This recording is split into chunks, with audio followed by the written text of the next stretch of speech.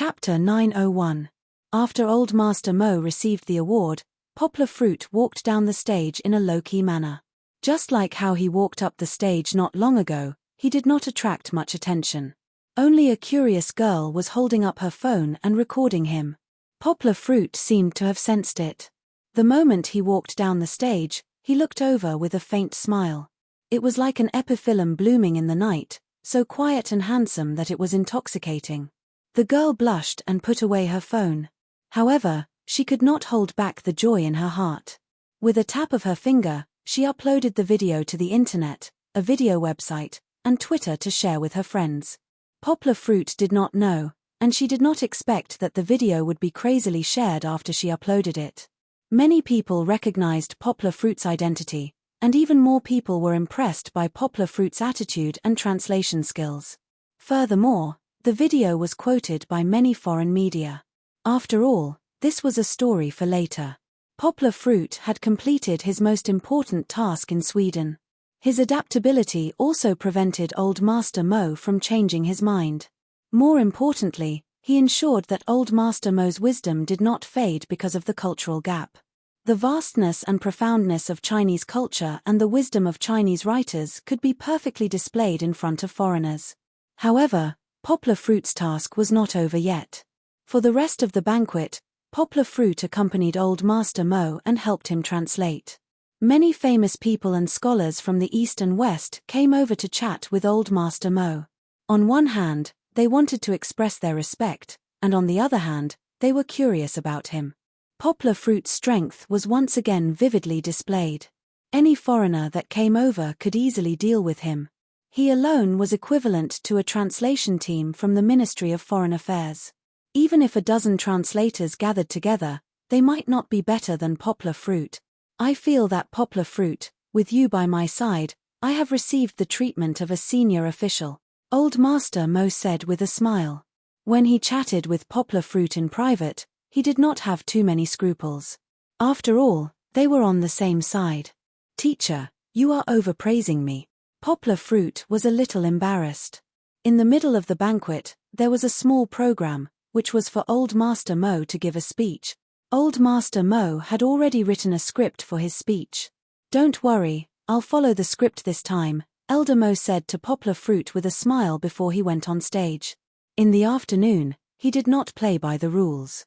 He did not feel guilty towards others, but towards Poplar Fruit, he still felt a little embarrassed. After all, he had caused a little trouble for his disciple. It doesn't matter. Anyway, it's just a translator. Teacher, you know my ability. Poplar Fruit smiled calmly. In the midst of the elegant applause, Old Master Mo, who was wearing an elegant Chinese tunic suit with black velvet and red lining, slowly walked up to the podium. Poplar Fruit, who was still in his tuxedo, took the microphone from the staff and stood upright behind the podium. He did not steal the limelight and quietly waited for Old Master Mo to start. When the audience quieted down, Old Master Mo smiled and began to speak.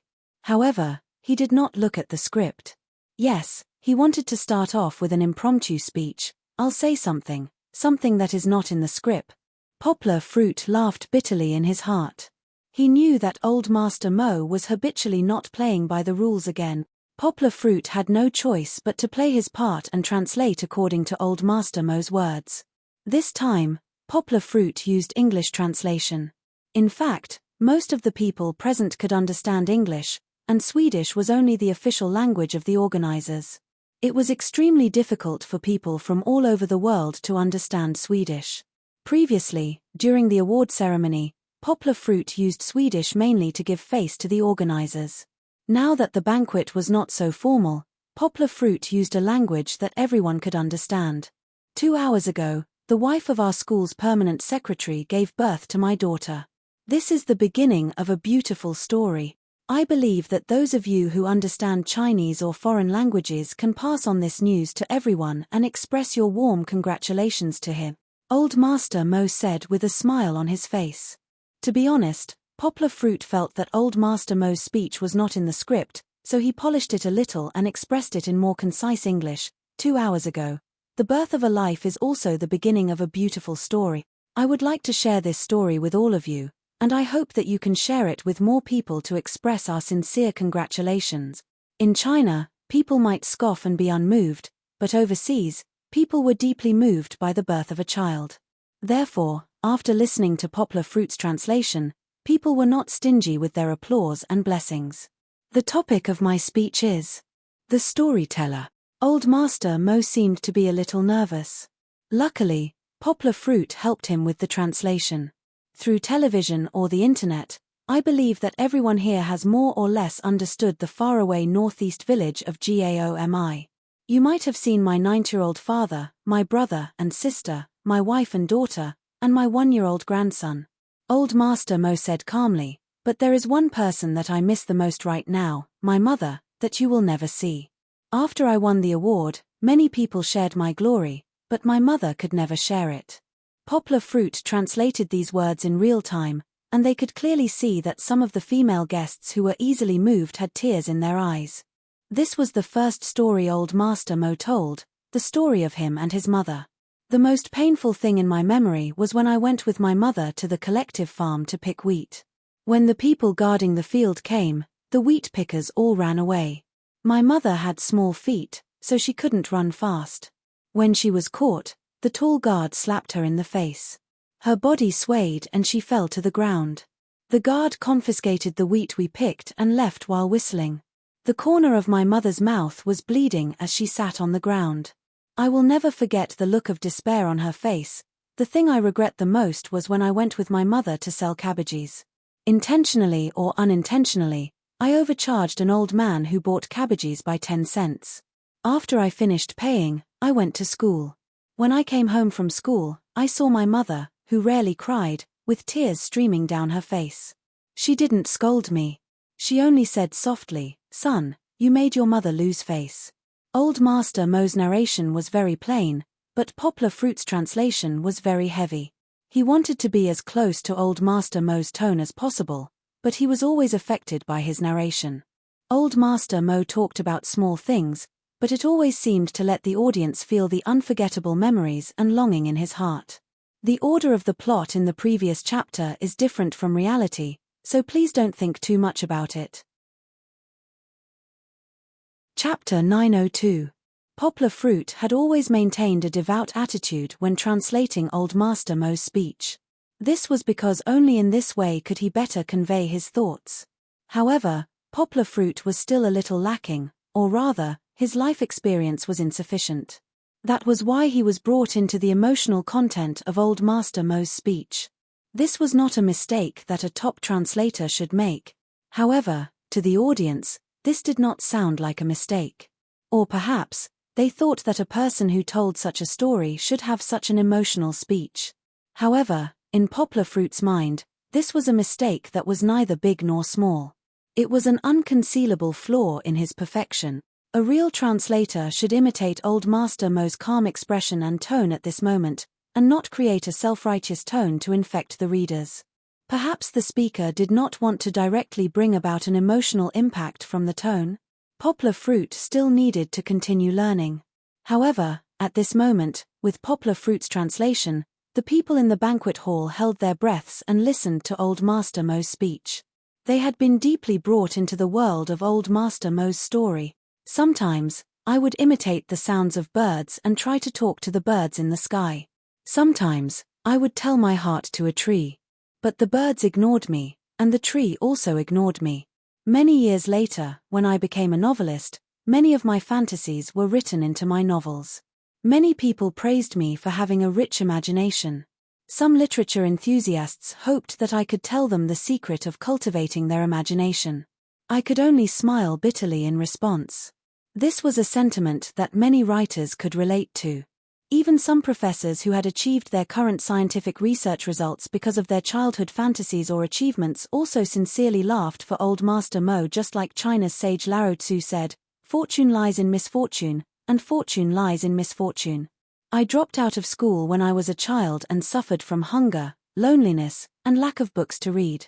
But because of this, I began to read the big book of social life at an early age, just like our senior writer Shen Kongwen. At this point, there was a sentence in classical Chinese that was a big challenge for all translators. Fortunately, Poplar Fruit was prepared.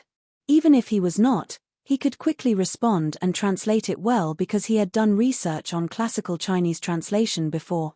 Old Master Mo then introduced the creation process of some of his more important works. Some novels originated from dreams, such as The Transparent Carrot, and some novels originated from events in real life, such as The Song of Garlic Flower in Paradise. But regardless of whether it originates from dreams or reality, in the end, it must be combined with personal experience in order to become a literary work with a distinct personality that uses countless vivid details to create typical characters, rich and colorful language, and ingenious structure. Maybe it's because I've experienced a long and difficult life, so I have a deeper understanding of human nature. I know what true bravery is, and I understand what true compassion is. I know that everyone has a hazy area in their heart that is difficult to accurately define good and evil, and this area is the vast world for writers to display their talents.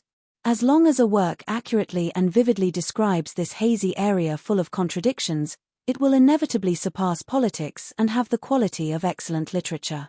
Poplar Fruit found that when he read Old Master Mo's speech, he was far more inspired than when he listened to Old Master Mo's speech.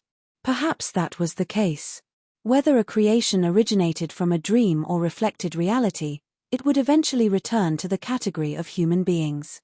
Only by having a deep understanding and analysis of human nature, and only by thinking from the standpoint of human beings, could it be possible to write works that could enlighten even the deaf. While translating, he was also learning and reflecting, like a sponge absorbing the creative experience and life insights of a master. All of this was much more valuable than the glory and honor he had gained by standing on such a big stage. Old Master Mo told a lot of stories, some of which were his own scandals, but he still told them without fear. For example, he told the story of a classmate who didn't listen to the instructions and cried while visiting the exhibition of suffering. This wasn't a glorious thing, but Old Master Mo still said it boldly. This incident made me realize a principle, and that is, when everyone cries, some people should be allowed to not cry. When crying becomes a performance, some people should be allowed to not cry. Old Master Mo's concluding speech received thunderous applause from the audience. Of course, people didn't affirm Old Master Mo's whistleblowing, but they affirmed Old Master Mo's honesty and self-reflection. After I won the Nobel Prize in Literature, it caused some controversy. At first, I thought that the object of controversy was me, but gradually, I felt that the object of controversy was someone who had nothing to do with me. I was like a person watching a show, watching everyone's performance. For a writer, the best way to speak is to write. I wrote all the words that I should say in my works. Words spoken with the mouth will scatter with the wind, but words written with a pen will never be erased. I hope that you can patiently read my book. Of course, I have no right to force you to read my book. Even if you read my book, I don't expect you to change your opinion of me. There is no writer in the world who can make all the readers like him. This is even more so in today's era. Old Master Mo said all this in a very calm tone. Just as he said, it was as if he was standing on the side and watching himself, a person who seemed to have nothing to do with him, perform. However, his magnanimity had won the admiration of the audience. I am a storyteller. Because of my storytelling, I won the Nobel Prize in Literature. After I won the prize, many wonderful stories happened. These stories made me believe that truth and justice exist. In the years to come, I will continue to tell my story. Thank you. Old Master Mo ended his long speech that lasted more than half an hour with a few short sentences. Although it lasted for a long time, no one was tired of it. They listened attentively to Poplar Fruit's translation. Finally, with warm and long applause, they expressed their respect for an old writer who had worked hard for the literary industry for many years. Poplar Fruit also stood at the back and applauded thoughtfully. The greatest use of literature is that it is useless. The charm of literature is really great, Poplar Fruit said softly in his heart. Teacher, I also want to be a storyteller. Chapter 903. Nice to meet you, Leon. Poplar Fruit wasn't an important person in the first place. Although he translated for Mo Yang, most of the people's attention was still on Mo Yang and the other Nobel Prize winners. Yang Guo took a break and stood at the side of the buffet area to eat some food. To his surprise, someone greeted him in fluent Mandarin. He turned around and saw a white-haired old man standing in front of him. Poplar Fruit didn't mistake him for a Chinese. After all, he had a Caucasian face. Professor Ma Yuran? Nice to meet you. Poplar Fruit was surprised. He hurriedly bent down and bowed to the old man. The old man was quite tall. However, due to his age, his body was a little hunched. Poplar Fruit bent down and put his head at the same level as the old man. Hey! You actually recognized me? Professor Ma Yuran said with a smile. Did you do your homework before coming to Sweden? Yang Guo smiled and said, since I'm participating in such a grand conference, of course I have to do my homework beforehand. However, I've read a lot of your works and translations when I was learning Swedish, so I know a little about you. He spoke in Mandarin with Professor Ma Yuran mainly because it was Professor Ma Yuran's field. He would be happy to speak in Mandarin with him. Really? Which of my works have you read? Professor Ma Yuran asked with interest. I have read all of your translations, including the 1983 Swedish translation of Bei Dao and Ji Yu Cheng's poem The Shore and the Spoiled Child. Your academic works include the responsibility forms of interrogative sentence structures in Journey to the West, a study of the pronunciation of Western China. Poplar Fruit counted with his fingers and narrated to Professor Ma Yuran. Poplar Fruit's expression was very excited. It was very different from the calmness he had when he was translating. It was because he had met his idol. Poplar Fruit did not worship celebrities, nor did he chase after them. However, he had his own idols, and most of them were in the academic field. Professor Ma Yuran was one of them. Professor Ma Yuran was deeply interested in Chinese culture. He was the one who truly expanded the field of sinology in Europe from archaeology and linguistics to literature, and introduced a large number of Chinese literary works to Europe. It could be said that in terms of cultural dissemination, Poplar Fruit's evaluation of his decades and even more than half a century of persistent promotion of Chinese literature had even surpassed greatness. In fact, more than 20 years ago, in 1988, Professor Ma Yuran had always thought that the Nobel Prize for Literature should be awarded to Mr. Shen Congwen, a writer who had stopped writing since the 1950s but whose works before that were already great enough. Unfortunately, Mr. Shen Congwen passed away in 1988. Professor Ma Yuran, who received the news, called the Swedish cultural counselor in China. However, the other party did not know Mr. Shen Congwen. Because of this, Professor Ma Yuran angrily hung up the phone. Professor Ma Yuran even tried to persuade the other judges to make an exception and award the award to someone who had already passed away. However, he did not succeed after many attempts.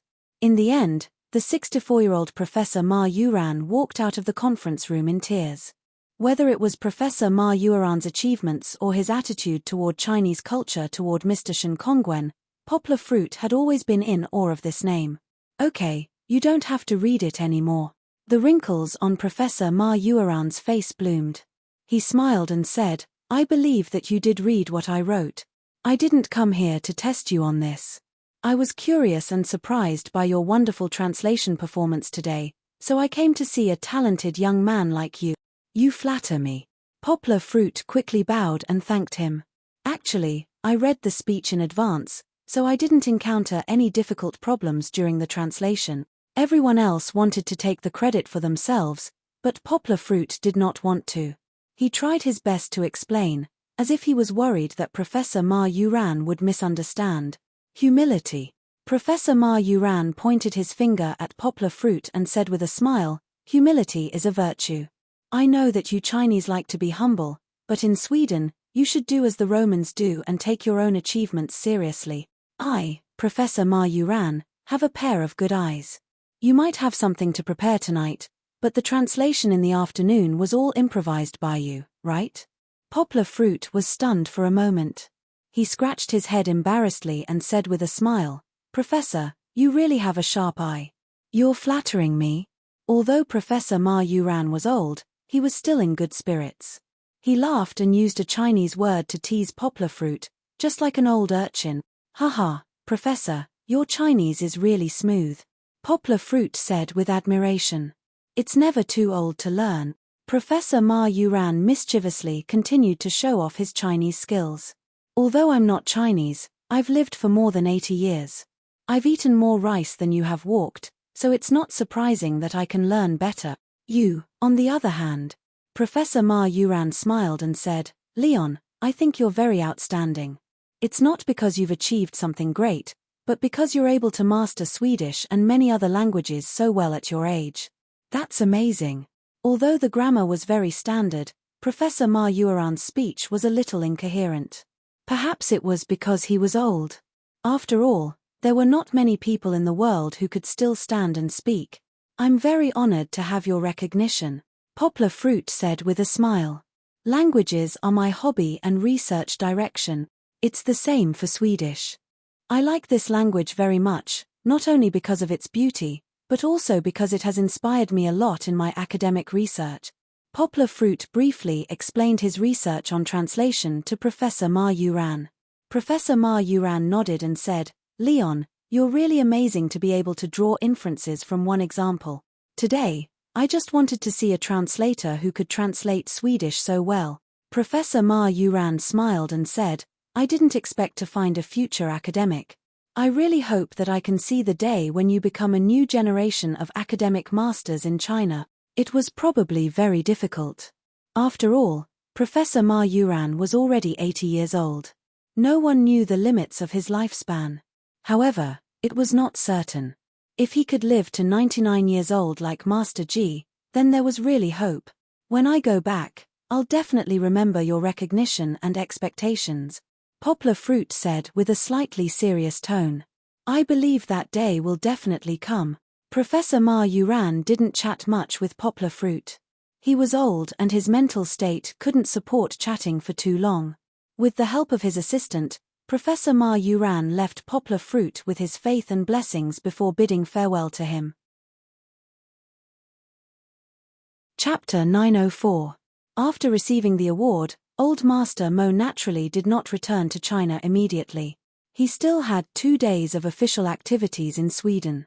As the translator, Poplar Fruit naturally had to accompany him throughout the whole process. During this period, Poplar Fruit would call back whenever he was free to take care of Fong Beibei, who had been scolded because of Gan Juanji. Fong Beibei's situation was much better than when she had been scolded by her classmates. On one hand, Poplar Fruit's care and consideration made her feel relieved. As long as her boyfriend trusted her, other people's sarcastic remarks were nothing. On the other hand, for some reason, the arrogant and crazy Gan Juanji had also stopped. From the internet, it could be seen that netizens' scolding of Fong Beibei had decreased a lot. Fong Beibei was also relieved. Fong Beibei still did not go back to class. Although Gan Juanji had stopped, there were still some people who were jealous of Fong Beibei's popularity. Poplar Fruit was worried about his girlfriend's safety and mood, so he asked her to take a week off. Fortunately, Fong Beibei had won the award. The school was much more lenient towards her. If it had been an ordinary student, it would have been extremely difficult to ask for leave. One would even give up on the idea after seeing the complicated procedures. Besides Fong Beibei, Poplar Fruit also called Fong Beibei's parents, who had been worried about her. The two old people's attitudes towards Poplar Fruit were still a little complicated. Previously, Kiki had completely rejected Poplar Fruit. Even though they had accepted Kiki later, they were still a little unhappy. Of course, they would not be angry at Kiki, so they could only let Poplar Fruit bear this unhappiness. Fong Beibei's online public opinion crisis had a little impact on the two old people's lives. When they walked on the street, the neighbors they knew would give them strange looks. Although they didn't say it directly, the two old men knew what they were secretly discussing. The two elders were also worried that Poplar Fruit and Fong Beibei would break up because of this incident. It was not that they were obsessed with Poplar Fruit, but Fong Beibei could not take a second blow. Besides, if the news of the breakup were to spread, who would dare to take their daughter as their daughter-in-law? Uncle, auntie, don't worry, Poplar Fruit said with a smile. I'm clear about this. Isn't it just someone deliberately slandering our Beibei? We must be united against the enemy. Fong Beibei was fine, and Poplar Fruit could finally rest assured. Although he did not say that he would let go of Gan Juanji, His main energy at the moment was still on old Mo, and he also had to deal with the entertainment reporters from all over the world who came to find him from thousands of miles away. Poplar fruit was very popular abroad in early October. The attention of foreigners on poplar fruit gradually calmed down because poplar fruit himself disappeared. However, less than 2 months later, poplar fruit came back. This time, he had changed his appearance. He was no longer the handsome male model with slightly curly hair.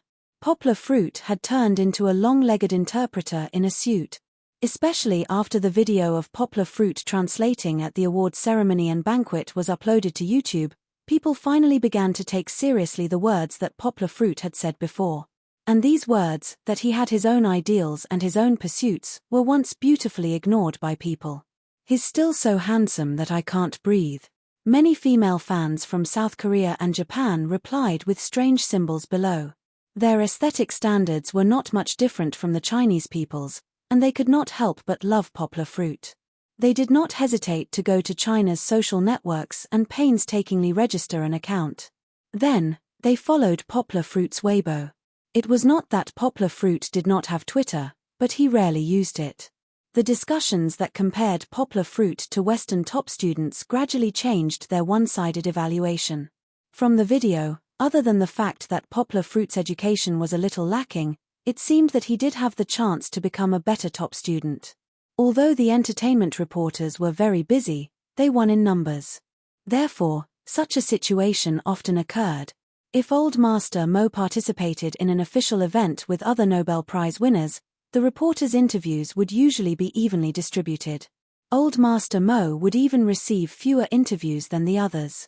However, after the award ceremony, people realized that Old Master Mo was surrounded by too many reporters. Compared to him, the other Nobel Prize winners were not as popular. Of course, they did not know about the awkwardness between poplar fruit and Old Master Mo. Old Master Mo was supposed to be the main character, but the microphones were all extended to poplar fruit, who was beside Old Master Mo. These were all entertainment reporters. They were originally there to interview poplar fruit. Only those who could not squeeze to poplar fruit's side turned to ask Old Master Mo, "Old Master, I heard that you're the winner of this year's Nobel Prize in Literature. May I ask, what do you think of Leon? Can he achieve more brilliance on the path of translation and literature than on the path of modeling?" Although they were asking Old Master Mo, they were actually asking questions about poplar fruit. Fortunately, these reporters spoke in a strange foreign language. Old Master Mo could not understand them at all, so it saved him from the awkwardness. In order to appease these entertainment reporters who would not give up until they reached their goal, poplar fruit later got Old Master Mo's consent and held a press conference with the help of the embassy. They asked a lot of questions, such as when will I return to the modeling stage? After poplar fruit came back, he smiled and shook his head. He said to Old Master Mo, "But I told them that I don't plan to be a model anymore." In fact, they also asked a lot of gossipy questions, such as how poplar fruit felt about his girlfriend being slandered in China. God knew how they found out about rumors that should only be spread in China. Fortunately, foreigners were more open-minded. They did not think that first love was a big deal, so poplar fruit was not angered by them. Focus on your studies. Not only do you have to translate, but you also have to spend some time learning how to write. Old Master Mo reminded him. Don't just follow me around and think about translating. You should listen to the lectures that I give and the experience that I introduce. Yes, yes. Poplar fruit laughed. I also want to be a storyteller. When I go back, I will sort out some of the articles that I have written recently. Teacher, please give me some guidance. That's a good attitude to learn. Old Master Mo nodded with satisfaction. By the way, teacher, poplar fruit saw that Old Master Mo was happy, so he brought up the matter that Old Master Mo had asked him not long ago. I know that you must be very busy when you go back. You have to give lectures everywhere. However, since it's a lecture anyway, why don't you come to our school and give a lecture? Our teachers and students have been waiting for you to come for a long time, poplar fruit said with a smile. It's not a big deal. Old Master Mo waved his hand and said, after the spring festival, I will see when I have the opportunity to go to Yang City next semester. I will tell you in advance that I will give a lecture at Higoshiyama University. I'd also like to see what kind of school Dongshan University is, to be able to nurture you. Chapter 905. Teacher, I won't be joining in the fun with you. The plane landed at Beijing Airport. Although it was early in the night, Poplar Fruit could see the flashing lights of many reporters and interview vehicles through the window. He turned around and smiled at Old Master Mo. After you've attracted the attention of the reporters, Kiki and I will take a flight back to Yangcheng. Kiki, who could finally unbuckle her seatbelt, climbed up from the chair and jumped happily. She imitated her father by placing her arms on the back of the chair to talk. However, the little girl was too short. Even if she jumped, she could not see what was behind the chair. Sigh, why did I take in such a heartless disciple? Old Master Mo shook his head. Although he sighed again and again, he was still smiling brightly. Although he was indifferent to fame and fortune, human nature was a little vain. Old Master Mo was much better than others. Don't jump around. Get ready to go home later. Poplar Fruit smiled and carried Kiki. Haven't you been missing Sister Bebe for a long time? I want to go home, I want to go home, Kiki shouted happily. She had become more lively recently and seemed to have entered the active stage. She did not care about the environment. Her crisp voice rang throughout the cabin. I'll go first. Old Master Mo smiled and waved at Poplar Fruit. He pulled his suitcase and walked forward. His wife and daughter followed him. Old Master Mo's daughter was much older than Poplar Fruit. She smiled and held Kiki's hand. Kiki, remember to come to Auntie's house with your father when you're free. Old Master Mo returned home full of praise. Standing in the middle of the cabin, Poplar Fruit could hear the noise outside. Perhaps only the country's leaders had the opportunity to receive such a welcome and interview. It would be a lie to say that he was not envious. Although Poplar Fruit was also pursued by foreign entertainment reporters in Sweden, the honor they brought to Poplar Fruit was very little. Caring about your personal life and caring about your honor were two different things. Kiki, put on your clothes. We're leaving. Poplar Fruit wrapped Kiki in a thick down jacket and a scarf. Papa, hug. Kiki didn't like this feeling. Because she was dressed too clumsily, she couldn't even stand properly, so she could only rely on her father to carry her. Poplar Fruit carried his daughter with one hand and dragged his suitcase with the other. He secretly mixed in with the other passengers and left. Up ahead, Old Master Mo and his family were surrounded by layers upon layers of people. They were like dumplings, unable to move an inch. There were also a few scattered reporters who were interviewing some tourists passing by on the same plane. Poplar Fruit carried Kiki, lowered his head, and hurriedly left with his suitcase. He could still avoid the reporters, but if he was entangled with them, he probably wouldn't be able to return to Yangcheng in the middle of the night. Suddenly, Poplar Fruit heard a voice calling out to him, Poplar Fruit? Poplar Fruit, wait, can you answer two of our questions? Poplar Fruit didn't stop walking. He pretended not to hear and turned into the connecting passage. At the same time, Kiki, who had been hiding in her father's arms like an ostrich to avoid the cold wind, came out. Her big eyes looked around and she happily said to her father, Papa, someone is called Poplar Fruit. Fortunately, young Guo had already hidden in the transfer tunnel, shaking off the reporters who were about to catch up. He turned his head and smiled at Chichi. Don't worry about them. But they're called Poplar Fruit. Kiki suspiciously pressed on her father's shoulder and looked back. If you want to talk to them, you might not be able to go home tonight, Poplar Fruit said to Kiki with a smile. Kiki, do you want to stay in Beijing? No. Kiki immediately felt the same hatred as her father. She hugged her father's neck and used the scarf to rub against her father as she shouted, Kiki wants to go home. It won't be cold when I'm home. Poplar Fruit secretly laughed in his heart. How can it not be cold when I'm home? He heard from Fong Beibei that Yangcheng was also cold because it rained twice during winter.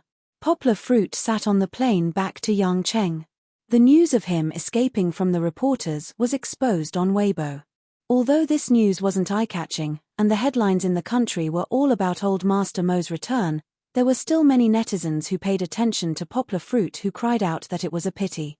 Poplar Fruit's fame overseas was too great.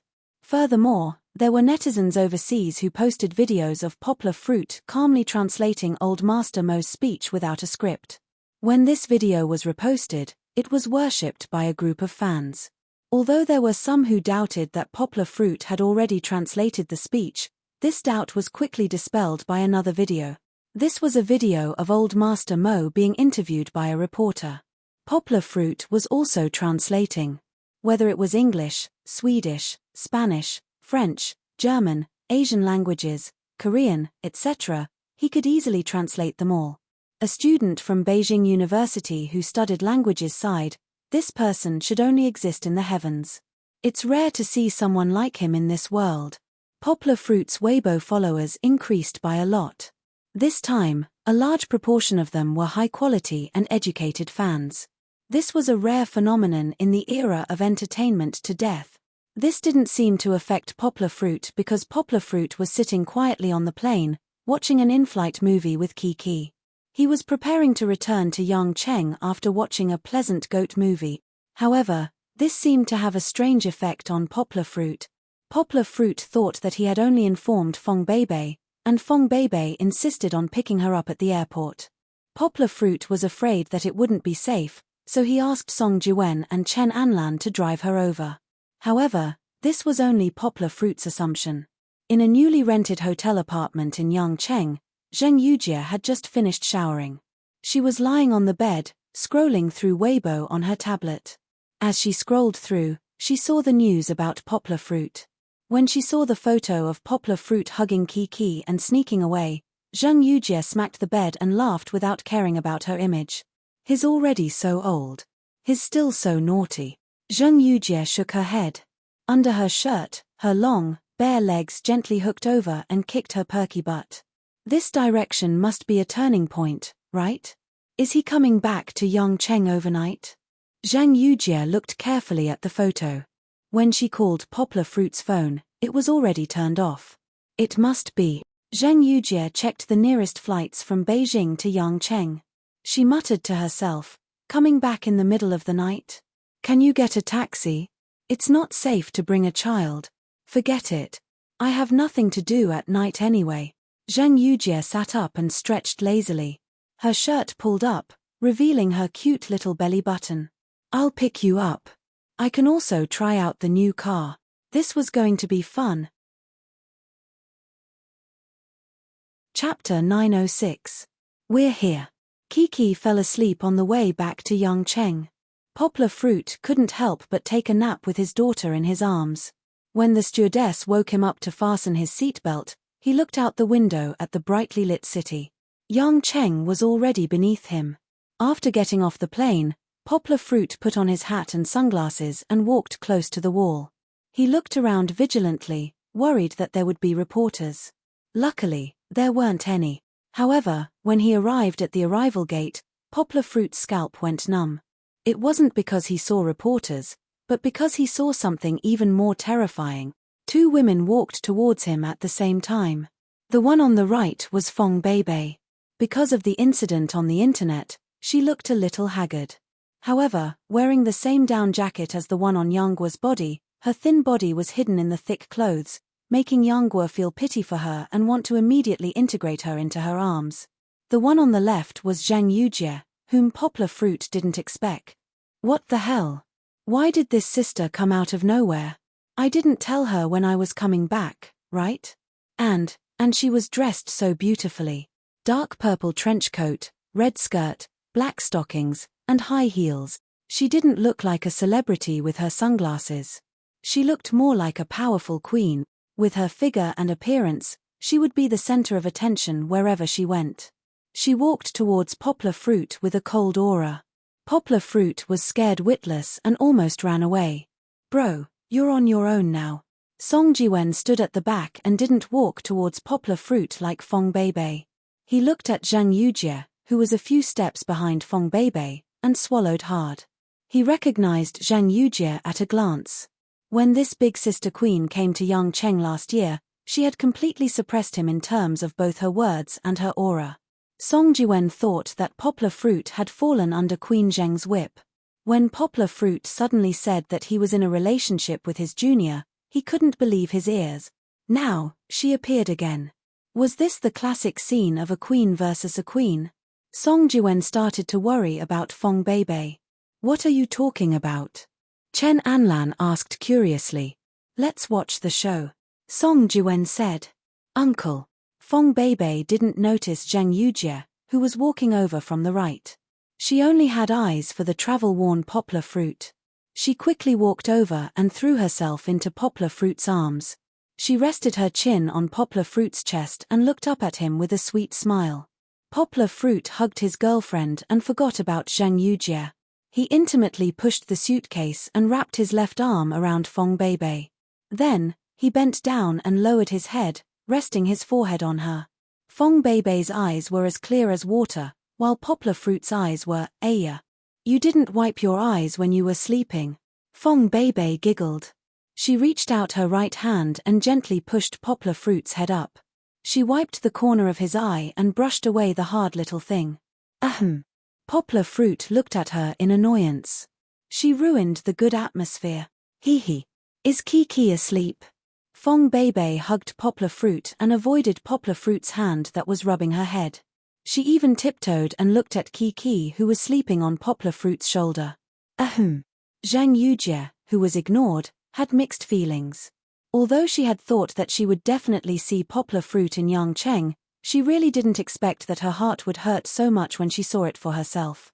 Zhang Yujie spent nearly an hour driving from the city center where she lived. Then, she aimlessly went from one airport to another. This time, she spent more than an hour waiting.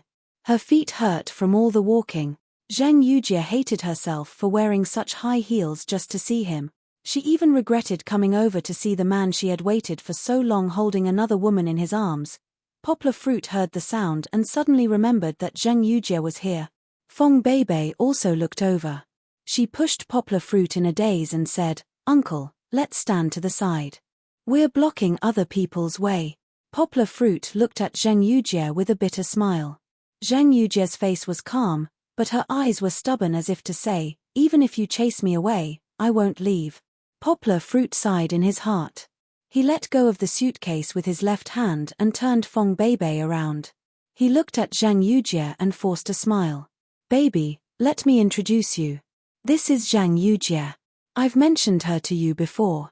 She's not only my friend, but also my boss. She's the big boss of New Translation Road Publishing House.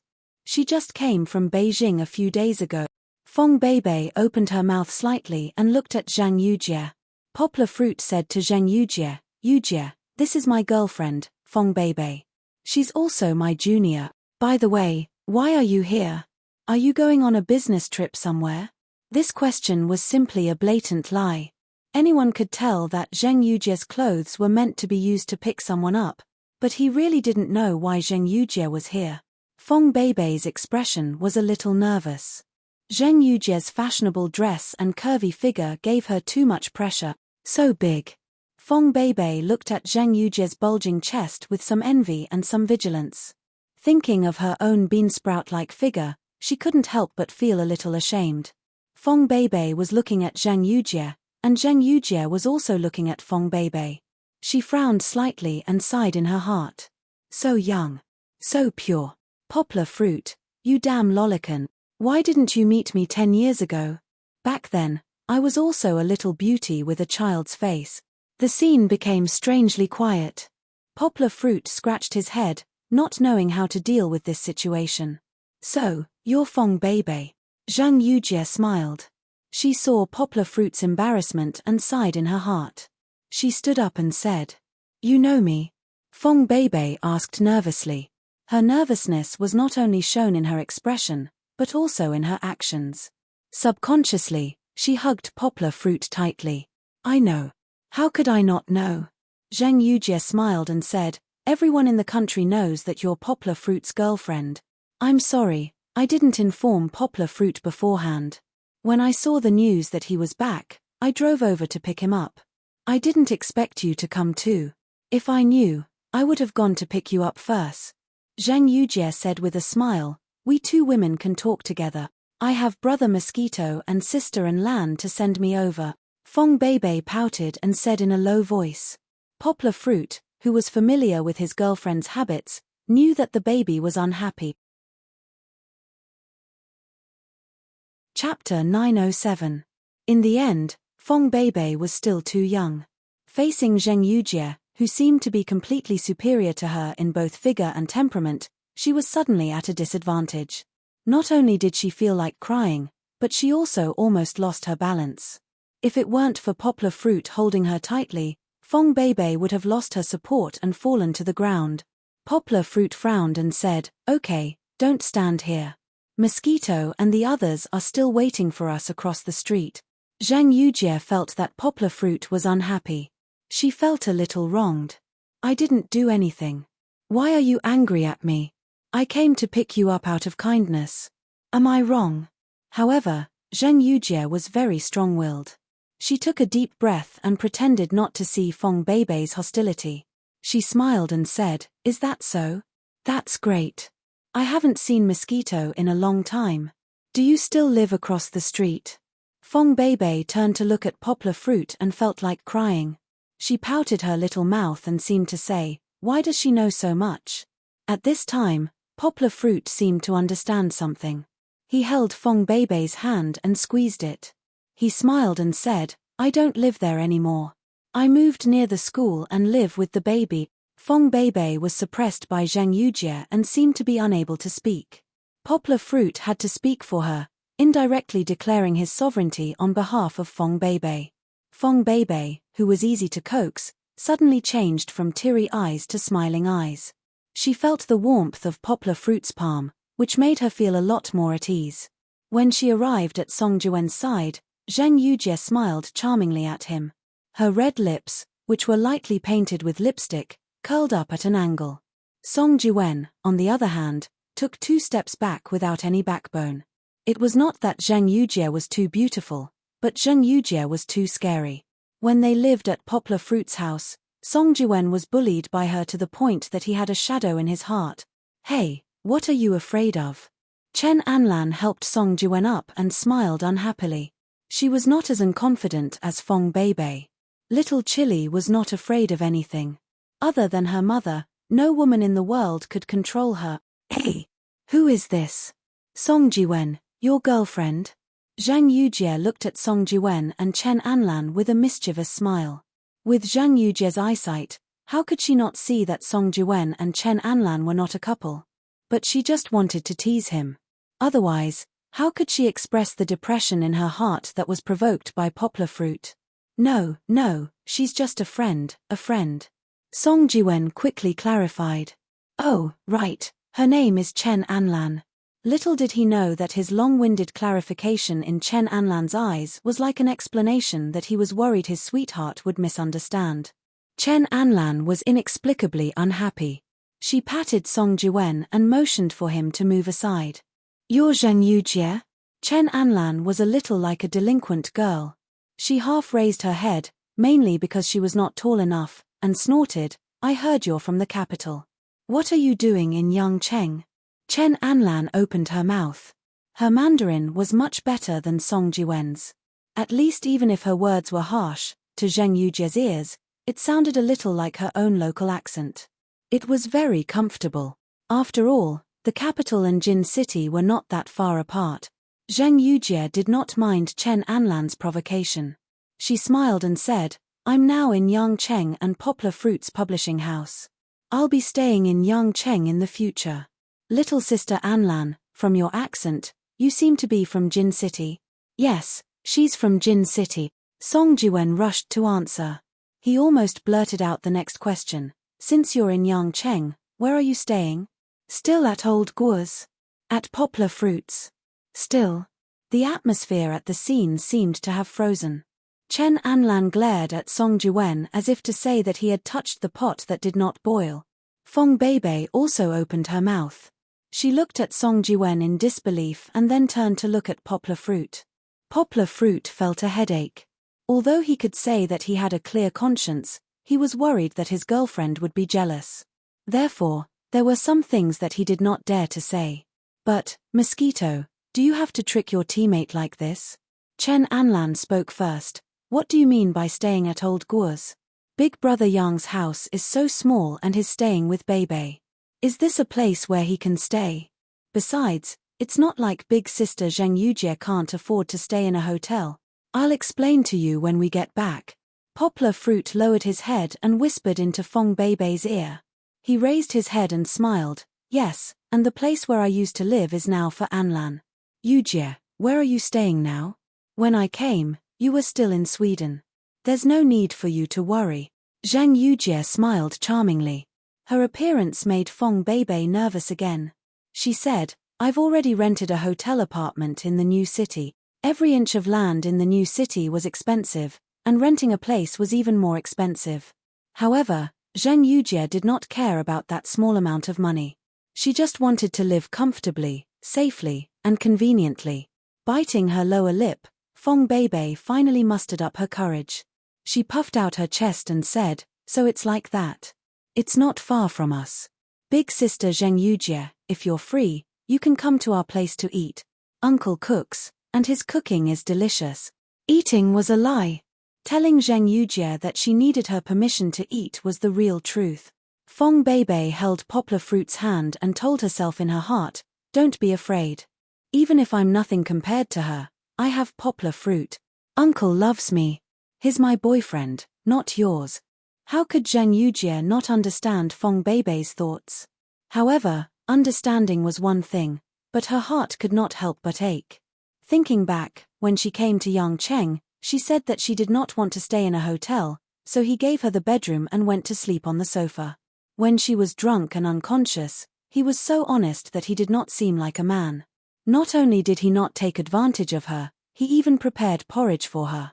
Zheng Yujie still remembered that although Poplar Fruit was as dumb as a block of wood, his thoughtfulness and gentleness made her, who despised men for more than 20 years, let down her guard. The breakfast he prepared for her, the food he cooked, it was really delicious. She wanted to be pampered by him for the rest of her life. Unfortunately, in the blink of an eye, his arms were already occupied by another woman. And she was in front of her, smiling and telling her that she was welcome to be a guest at their house. She was just a girlfriend, why did she already put herself in the position of the hostess? Zheng Yujie suddenly felt very stifled. For the first time in front of her love rival, she fell silent. In the end, she forced a smile and forced herself to maintain her swaying aura, saying, okay, next time when I come over, Beibei Mai, open the door. Fong Beibei was still too young. She originally had the upper hand, but Zheng Yujie's words made her nervous. Her brain was like a pile of paste. How could she tell that Zheng Yujie was just forcing a smile? She was still worried. If Zheng Yujie really came, how could she face her? Fong Beibei faintly felt that whatever Duan Shueching Shijie was just a fleeting cloud. She was her biggest love rival. How could Zheng Yujie not feel the same way? Chapter 908. Poplar Fruit didn't know how he got home. Anyway, dealing with the relationship between Zheng Yujie and his girlfriend had already exhausted Poplar Fruit. Compared to his high IQ and super memory, Poplar Fruit's EQ was a bit low. In the short 10 minutes at the airport, Poplar Fruit felt that he had used up more energy than translating a literary work with hundreds of thousands of words. In online novels, the male protagonists of those authors have women on both sides, and they even have a harem. It's really nonsense. Poplar Fruit lamented. Women are so troublesome. It's only me and my baby who are pure and innocent. How nice. After putting Kiki, who was sleeping soundly, on her small bed and covering her with the quilt, Poplar Fruit couldn't find a reason to hide in the bedroom, so he braced himself and walked out. Fong Beibei didn't change her clothes. She sat cross-legged on the sofa and looked at Poplar Fruit with her mouth pouted. For words were written on her face, I'm not happy. Poplar Fruit walked over and poured a glass of water for her. He held her little hand and asked with a smile, Baby, are you thirsty? I'm not thirsty. Fong Beibei said with her mouth pouted. Then, are you hungry? I'll cook noodles for you. Poplar Fruit said fawningly. Don't ask me if I'm hungry. Do you still love me or not? Fong Beibei went crazy. She threw herself on Poplar Fruit and slapped him. We're talking like we're rehearsing our lines. Poplar Fruit laughed and hugged his girlfriend's waist. However, He didn't tie her hands and let her vent her dissatisfaction. Okay, of course I love you. Poplar Fruit did not wait for Fong Beibei to become impatient again. He smiled and said, when did I not love you? Then what's the matter with Zhang Yujie tonight? Fong Beibei asked with a pout. Didn't I mention it to you before? Poplar Fruit said, first of all, you have seen her photo, and I told you that she is my friend and the boss of my publishing house. Have you forgotten? But, you didn't say she was so beautiful, and you didn't say she liked you. Fong Beibei said unhappily. How can I say that someone likes me? Poplar Fruit pinched Fong Beibei's face, but she shook her head to avoid it. He had no choice but to say, if I said that, wouldn't I be showing off? There are a lot of fans online who want to marry me. You're showing off. Fong Beibei bit her lower lip and said, that's different, okay? She came to pick you up, in front of me. Okay. Don't be angry. Didn't I make it clear? I didn't tell her that I was back. I told you the whole world. If it weren't for the reporters, she wouldn't have known that I was back. Poplar Fruit said with a smile, you know, you're the only one in my heart. My mother said that you men always say one thing and mean another, Fong Beibei said with a pout. Okay, don't think about her anymore. She and I are innocent. We are just friends, as good as mosquitoes. Poplar Fruit held Fong Beibei's hand to his mouth and kissed it. He said, whether I say one thing and mean another, how I treat you, don't you feel it yourself? Fong Beibei was stunned for a moment. She thought that Poplar Fruit was unhappy. She quickly shook her head and said, it's not that I don't believe you, but, didn't Brother Mosquito say that? She used to live with you. I don't feel at ease. That's true. Poplar Fruit smiled. Seeing that Fong Beibei was nervous again, he explained, at that time, I didn't know her yet. In order to persuade me to join the translation team of Steve Jobs' biography, she came from Beijing and waited at my door. After discussing with her, it was very late. Poplar Fruit said, in the middle of the night, I didn't know where to find a hotel for her, so I asked her to sleep in my room, and I slept in the living room. You know the layout of my house. It's very big. And then? Fong Beibei asked. Then, she came again. She went to find Mr. Mo Yang to discuss the publishing rights of his book. I went with her. At that time, I met Mr. Mo, Poplar Fruit said with a smile. This time, she came. Because she didn't stay for long, she also stayed at my place. Fong Beibei was very jealous. She sat on one of Poplar Fruit's thighs, and her slender hands were grabbing the zipper of the down jacket. But you have to have confidence in me. Poplar Fruit took Fong Beibei's hand again and said with a smile, I didn't do anything to her. I'm such a pure person. Fong Beibei chuckled and patted Poplar Fruit's chest, saying, you say you're pure? Oh, uncle, you're so shameless. Although she was still a little angry, Poplar Fruit felt relieved when Fong Beibei laughed. He began to feel that Fong Beibei was getting easier and easier to coax. She was not like before, when she would be unhappy for a long time because of a small matter. Poplar Fruit didn't know that in fact, it was because the two of them had been through several storms since November. Fong Beibei was getting to know him more and more, so she was more and more relieved. I brought you a gift. Poplar Fruit took out a simple and exquisite wooden box from his suitcase and handed it to Fong Beibei, saying, come and see what it is. Don't bribe me with a gift. I'm still angry. Fong Beibei pouted and muttered, but she still took the box. She held it in her arms and didn't want to open it. Poplar Fruit reached out and opened the lid for her.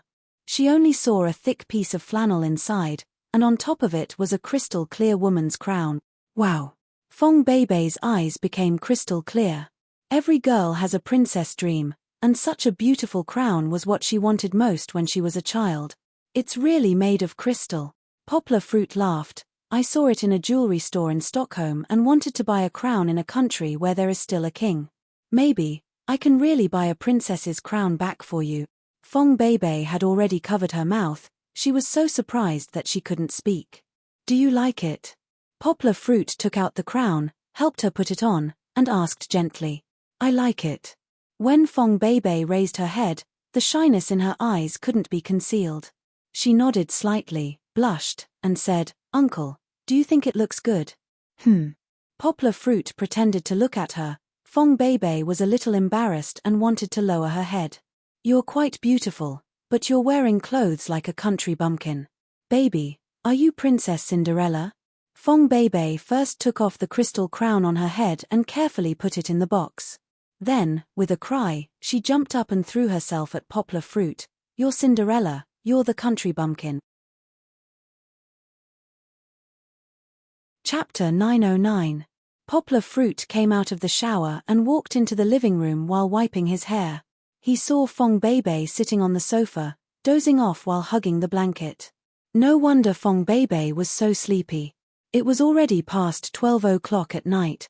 Normally, Fong Beibei would be asleep at this time, but today, because Poplar Fruit came back late, the two talked for a while, and it was already 12 o'clock by the time they finished showering. Baby, why don't you go back to sleep if you're sleepy? Poplar Fruit took the wooden box from her hand and put the crystal crown worth more than 100,000 renminbi on the coffee table. I just dried my hair and was waiting for you, Fong Beibei said tiredly. She stretched out her hands and asked for a hug. Poplar Fruit pulled the blanket away, reached out to her ankles, and easily carried her up. Fong Beibei's arms were around Poplar Fruit's neck, and she snuggled in Poplar Fruit's arms. Poplar Fruit knew that it was very cold in winter. Although the house was air-conditioned, after lifting the blanket, Fong Beibei's body would be exposed to the outside air. He hugged Fong Beibei's body tighter. Back on the bed, Fong Beibei hugged him and lay down on him like a kitten. Poplar Fruit pulled up the space blanket that he had changed into and smiled. Go to sleep.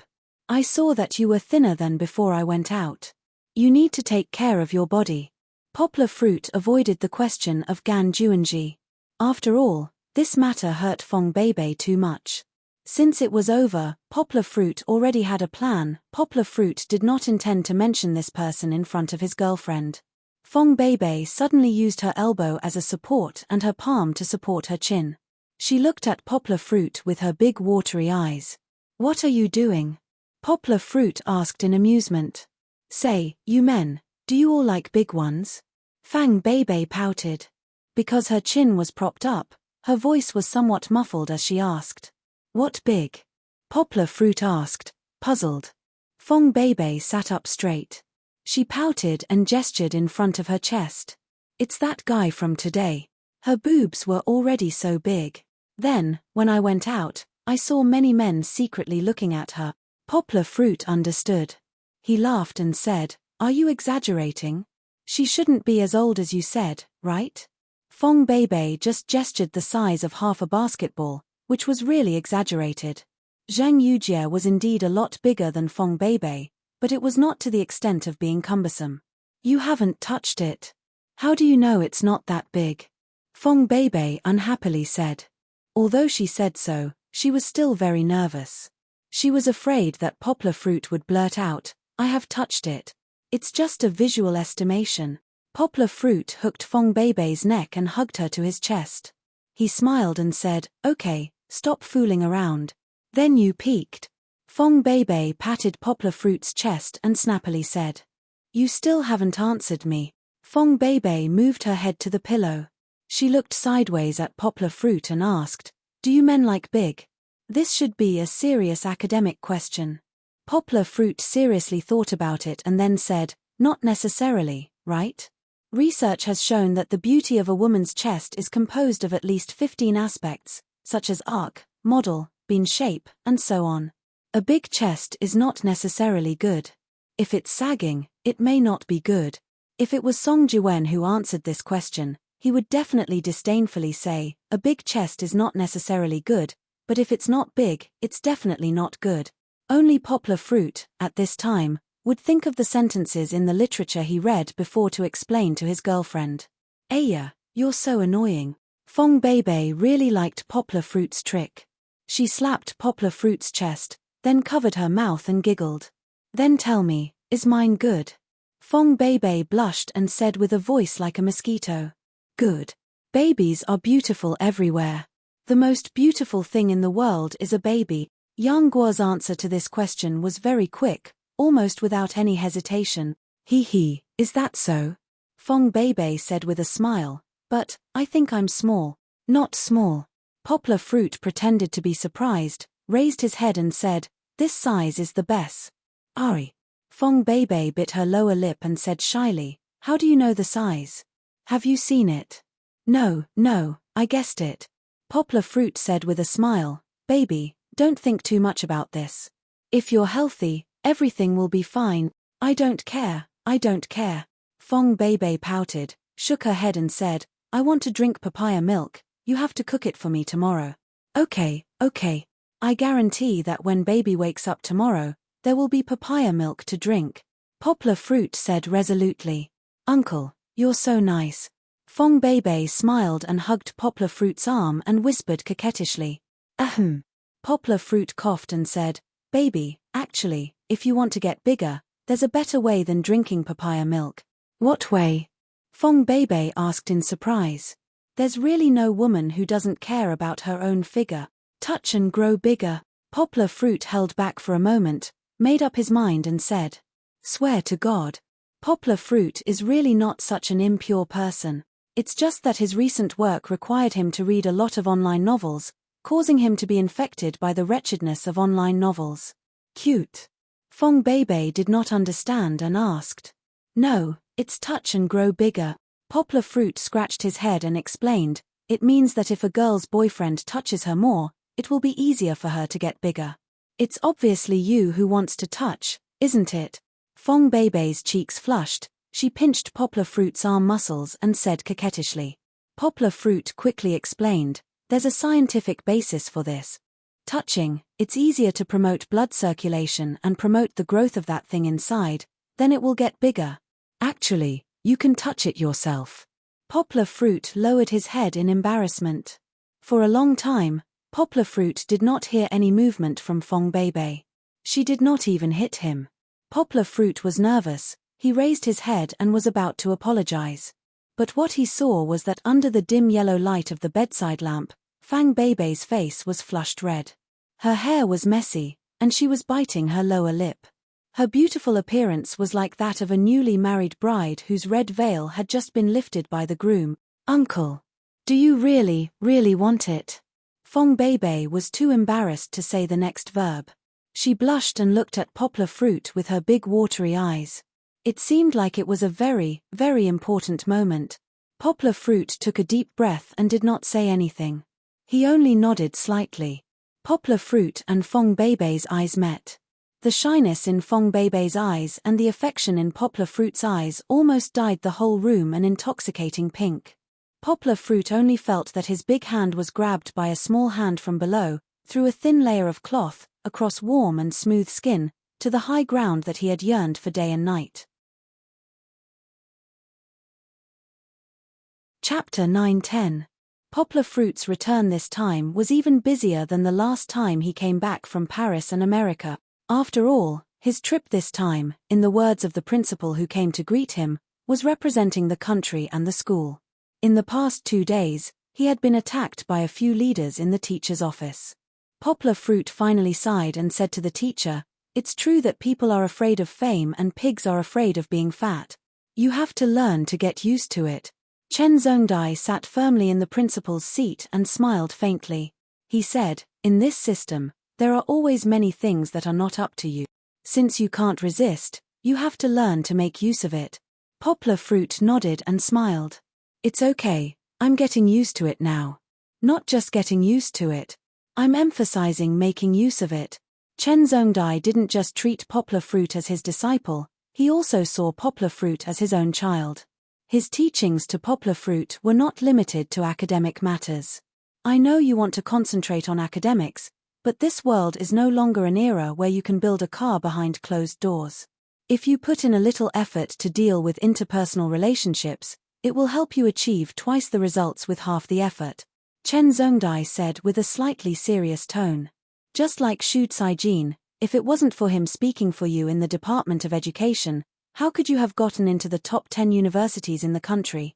Chen Zhongdai smiled and said, "Don't look at how famous you are outside. If they don't want to recommend you, they will naturally have 100 reasons to say that you can't do it. The results of the award are out. I didn't even pay attention to it." Poplar Fruit scratched his head and asked embarrassedly. Not yet, but it should be close. With the people from the Department of Education recommending you, this won't be a problem. Moreover, you have enough qualifications. Looking at your reputation after coming back from abroad, it would be unreasonable if this award wasn't given to you. Chen Zhongdai smiled and said. Seeing that Poplar Fruit didn't seem to care, Chen Zhongdai knocked him and said, don't look down on this award and think that it's just an undeserved reputation. If you get a few more awards, it'll be easier for you to do anything in the future. Even if the school doesn't give me face, they will still give you a lot of help for the honor of this award, Chen Zhongdai said with a smile. Really? Poplar Fruit asked happily. The school's support really made a big difference. Previously, they could only squeeze into a rented room in Poplar Fruit. Later, they had an activity room to store their equipment. Later, they could freely apply for the school's empty classrooms as their activity room. If the support from the university was greater, like the previous official graduate student support mission, Poplar Fruit could also fight for more honor or credit benefits for his caring member. Didn't Vice Principal Zheng ask me about your remote teaching situation just now? Chen Zhongdai smiled and said, you should be mentally prepared. He might visit you after New Year's Day. Yang Guo was stunned for a moment before she nodded seriously. Don't worry too much. Vice Principal Zheng is not a big bad wolf. Chen Zhongdai deliberately used Kiki's favorite cartoon to make fun of him. He has a good impression of you. He won't nitpick on you. Okay. I won't lecture you too much. Chen Zhongdai waved his hand and said, go do what you need to do. Yes, yes. Poplar Fruit said with a smile, I still have a lecture in the evening. I'll take Kiki home to rest first. I almost forgot that you have a lecture tonight. Chen Zhongdai rubbed his chin and said with a flushed face, dress more spirited tonight. Many people will appear, including Vice Principal Zheng who came today. Teacher, you're also going to support me, right? Poplar Fruit asked with a smile. I'm going, but do you still need me to support you? Why do I feel that you're several times more popular than me? Chen Zhongdai laughed. After leaving the outer court building, Poplar Fruit raised his head and looked at the sunshine outside. The cold winter made the sunshine extra precious. At this moment, the sky was cloudless. The only thing that was about to come was the warm noon sun, which was the most comfortable enjoyment of the day. The sun shone through the treetops. Poplar Fruit's pupils slightly shrank, as if a ray of light flashed through his eyes. Walking at the crossroads of the school, in front of him was Chen Zhongdai's house. Kiki was playing with her brothers and sisters. She might have been looking forward to her father's arrival. However, Poplar Fruit did not plan to pick up his daughter now. He firmly turned to the left and slowly walked out of the campus. The outside of the campus was bustling with people coming and going. It was so noisy that it was like another world. Poplar Fruit took out a mask from his coat pocket and covered half of his face. From his bag, Poplar Fruit also took out a hat that was hidden under a book and covered his eyes. Poplar Fruit took out a small bag from his bag and stuffed it into a crack in the wall that few people could see. After changing his appearance, Poplar Fruit took a deep breath and gently spat out 2 words, Game start. Game start. After enduring for a long time, after secretly experimenting in Sweden and planning for the past 2 days, Poplar Fruit finally found the best opportunity for revenge. Flagging a taxi, Poplar Fruit got into the back seat. He clenched his fist and coughed, Nanyue Medical University's 6th affiliated hospital. Driver, please drive faster. I have an appointment with a doctor. If someone knew Poplar Fruit was here, they would definitely be startled. Is this really Poplar Fruit's voice? Although Poplar Fruit's acting was ordinary, he had covered his face. So even if his acting wasn't good, no one would think that he was acting. However, in the field of language, this was Yang Guo's strong point. The Mandarin he spoke at the moment was not as standard as he usually did. Not only was his accent serious, but it also carried a strong flavor of Nanhe Province. Anyone would think that he was a person from Nanhe Province who came to Guangdong Province to make a living. Listening to Poplar Fruit's voice, there was even a stuffy feeling. No one knew how Poplar Fruit managed to imitate it. Okay. The driver laughed. He skillfully stepped on the accelerator and pulled the lever, and the car sped out. Nanyue Medical University's 6th affiliated hospital wasn't far from Gan Juanji's residence. It was only 2 streets away, and Poplar Fruit did not intend to take a taxi to his destination. For the rest of the journey, Poplar Fruit intended to walk over. After giving the driver cash and change, Poplar Fruit walked into the hospital like an ordinary patient. He first entered the building's toilet and flipped his double-sided sweater over, revealing the grayish-black side. Since he was moving during the day, Poplar Fruit did not have to wear any weird night clothes. He zipped it up and wore the hoodie.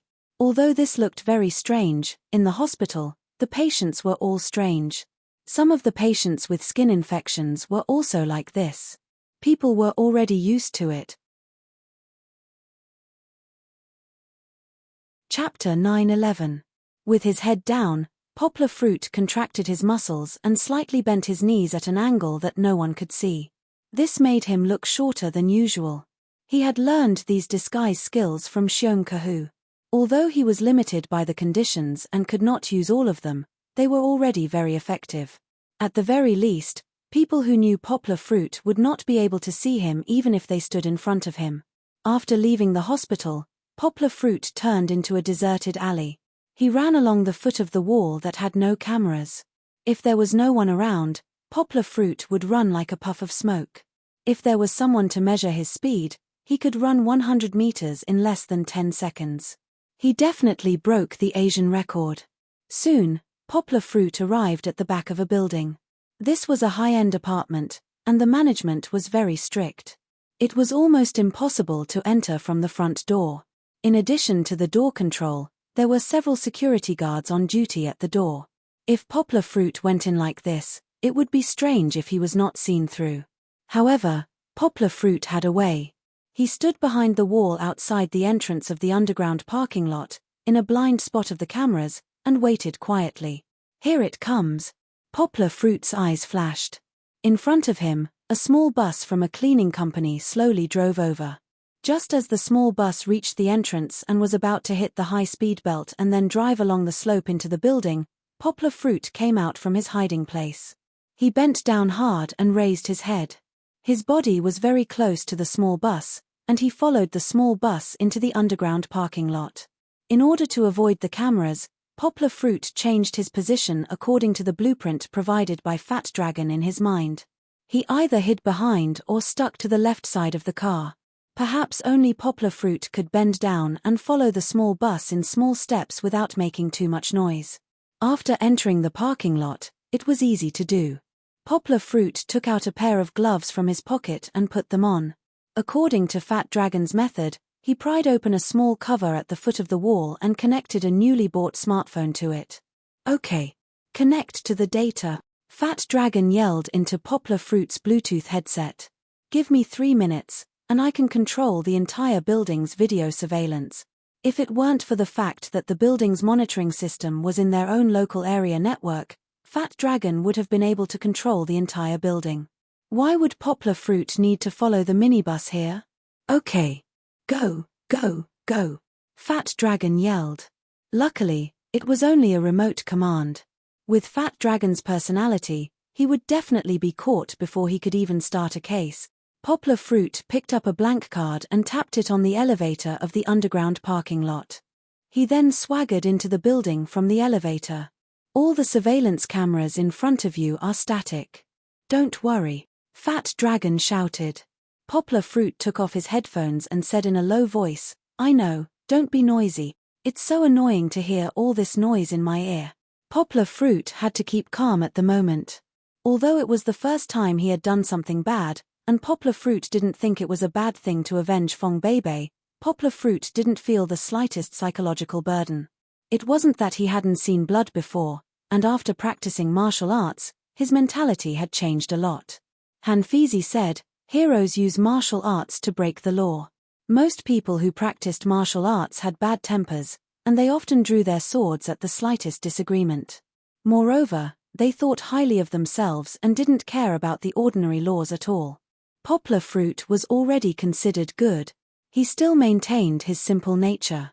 Except for when something happened to the people he cared about, he generally didn't choose to mess around. This was just like when Poplar Fruit was arrested and sent to prison. After he came out, he didn't personally cause trouble for Gu Shida. On the one hand, it was because Gu Shida was punished by the law.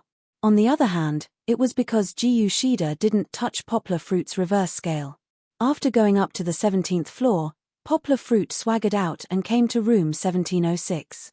The video surveillance shows that he hasn't come out today, Fat Dragon said. It should be as we thought. His habit is to sleep until the afternoon. Poplar Fruit nodded and looked around. Can you open the door and go in? Fat Dragon asked. No, it's a password lock. I don't have the tools, Poplar Fruit whispered as he pulled on the window in the corridor. My head hurts. Fat Dragon said gloomily. Why don't you knock on the door? No one will see it anyway. Just deal with it and leave. No. Poplar Fruit's words were accompanied by the whistling of the wind. What's that sound? Fat Dragon asked in confusion. He suddenly remembered something. They had done this before. Fruit, did you climb outside the building? Fat Dragon was scared out of his wits. He shouted, Fruit, are you crazy? This is the 17th floor, not the 5th or 6th floor. Don't be noisy, Poplar Fruit said, holding his breath. It was windy outside in the winter. The wind outside the dozen floors was like a knife. Fortunately, he was still wearing a mask. Be careful, be careful. Fat Dragon covered his mouth, but he still whispered in a trembling voice. Poplar Fruit ignored him. He couldn't hear him clearly. Only Poplar Fruit was brave. He pinched the outer edge of the window and slowly moved to the side. Fortunately, the more he walked, the wider the space he could put his feet on. In the end, Poplar Fruit held the outer edge of the building frame with one hand, and then reached out with the other hand and grabbed the railing of the balcony. The balcony here didn't have an anti-theft net. They probably wouldn't believe that someone would climb in from the outside at a height of more than 60 meters. Phew. Poplar Fruit took a deep breath. His right hand pressed on the railing of the balcony, and then his legs kicked. His whole body soared into the air.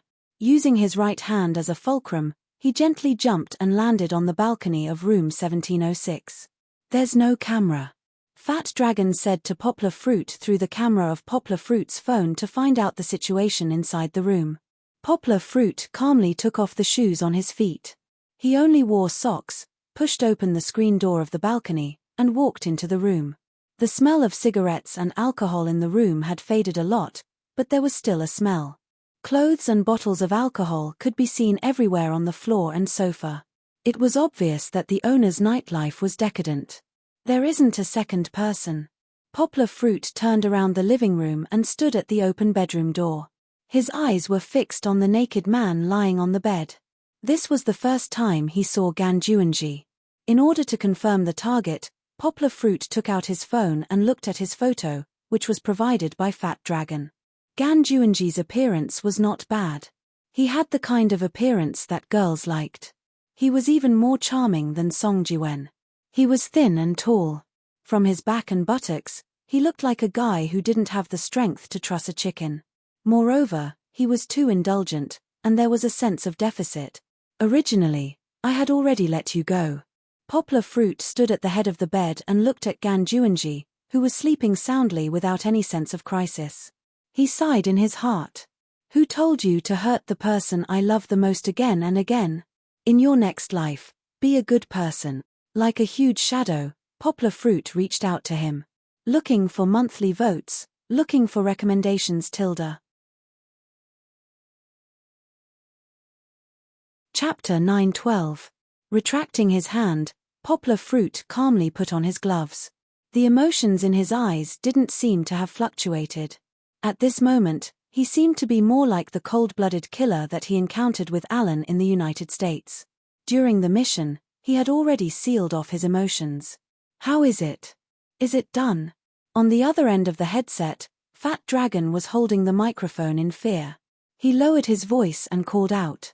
Just like the stupid thief in the movies, his voice was so funny. Yang Guo coldly glanced at him again, then turned around and left.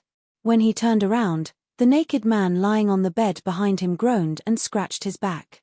He changed his position and continued to sleep. Because of the heater, the quilt was kicked to the ground by him. Fruit, fruit. Heavenly king covering earth tiger. A begonia suppressing pear blossom. It seemed that if poplar fruit didn't say anything, Fat Dragon wouldn't let it go. He continued to whisper with a trembling voice. Suppressing your head. Poplar fruit walked to the balcony and couldn't help but yell at him in a low voice. Don't be noisy. Okay, you're busy, you're busy. Fat Dragon shrunk his head and closed his mouth. Poplar fruit returned the way he came. He climbed through the window and returned to the corridor. He then took the elevator to the parking lot on the second floor. Along the way, Poplar fruit swaggered. However, no one met him in the elevator. This was his luck. I'm going to pull out the phone. It's time to leave. Back downstairs, Poplar fruit's mood recovered a little. He wasn't as cold as before. He could also discuss with Fat Dragon how to deal with the aftermath. Pull it out. It's okay. I installed a program in the background of the monitoring system. After you pull out the phone, it can last for 15 minutes. So, after plucking it out, hurry up and run, the Fat Dragon nagged. Got it. Poplar fruit nimbly pulled out the spare phone and put the cover back in place. He then bypassed the parking lot management staff and left the parking lot through the electronic card reader. All right, I'm out. Poplar fruit whispered to Fat Dragon in the Bluetooth headset. Next, I can handle it myself. You can go back and play with your wife. Poplar fruit's mood seemed to become better, and he began to joke with Fat Dragon. Hey, wait. Fat Dragon shouted anxiously. Gwr, you haven't told me the results yet. Have you dealt with him yet? It's done. You don't have to ask anymore. Just forget about it, okay? Destroy everything. Poplar fruit said, after this, we'll still be the same as before. Hihi, okay, I understand. Fat Dragon grinned and hung up the phone. Poplar fruit walked forward until they reached the hospital. Once again in the toilet, Poplar fruit broke the Bluetooth headset, crushed it, and threw it into the toilet to flush it. The phone was disassembled. Except for their SIM card and some basic motherboards, Poplar fruit didn't hesitate to break and crush it. He took it back and packed it in a plastic bag and stuffed it into the trash can. He changed back to his original clothes and left the hospital. Poplar fruit was still the same as when he came. He called a taxi and let the car drive him to the residential area near Higoshiyama University.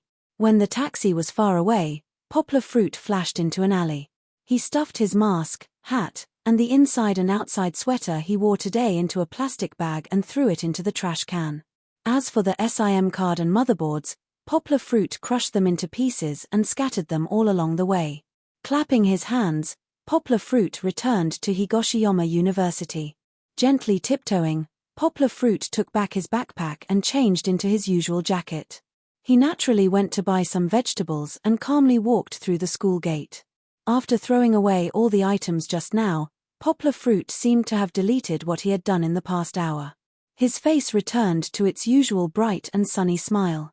Sometimes, when a handsome person walks on the street, he's like a street lamp in the dark. Although he's very low-key, you can't help but notice him, a non-famous web writer once said. After walking a few steps on campus, Poplar fruit was surrounded by a group of girls. Poplar fruit Senior. Poplar fruit Senior. One of them was so excited that tears streamed down her face. Hello. Poplar fruit, who had never put himself in the position of an idol, hurriedly bowed and greeted them.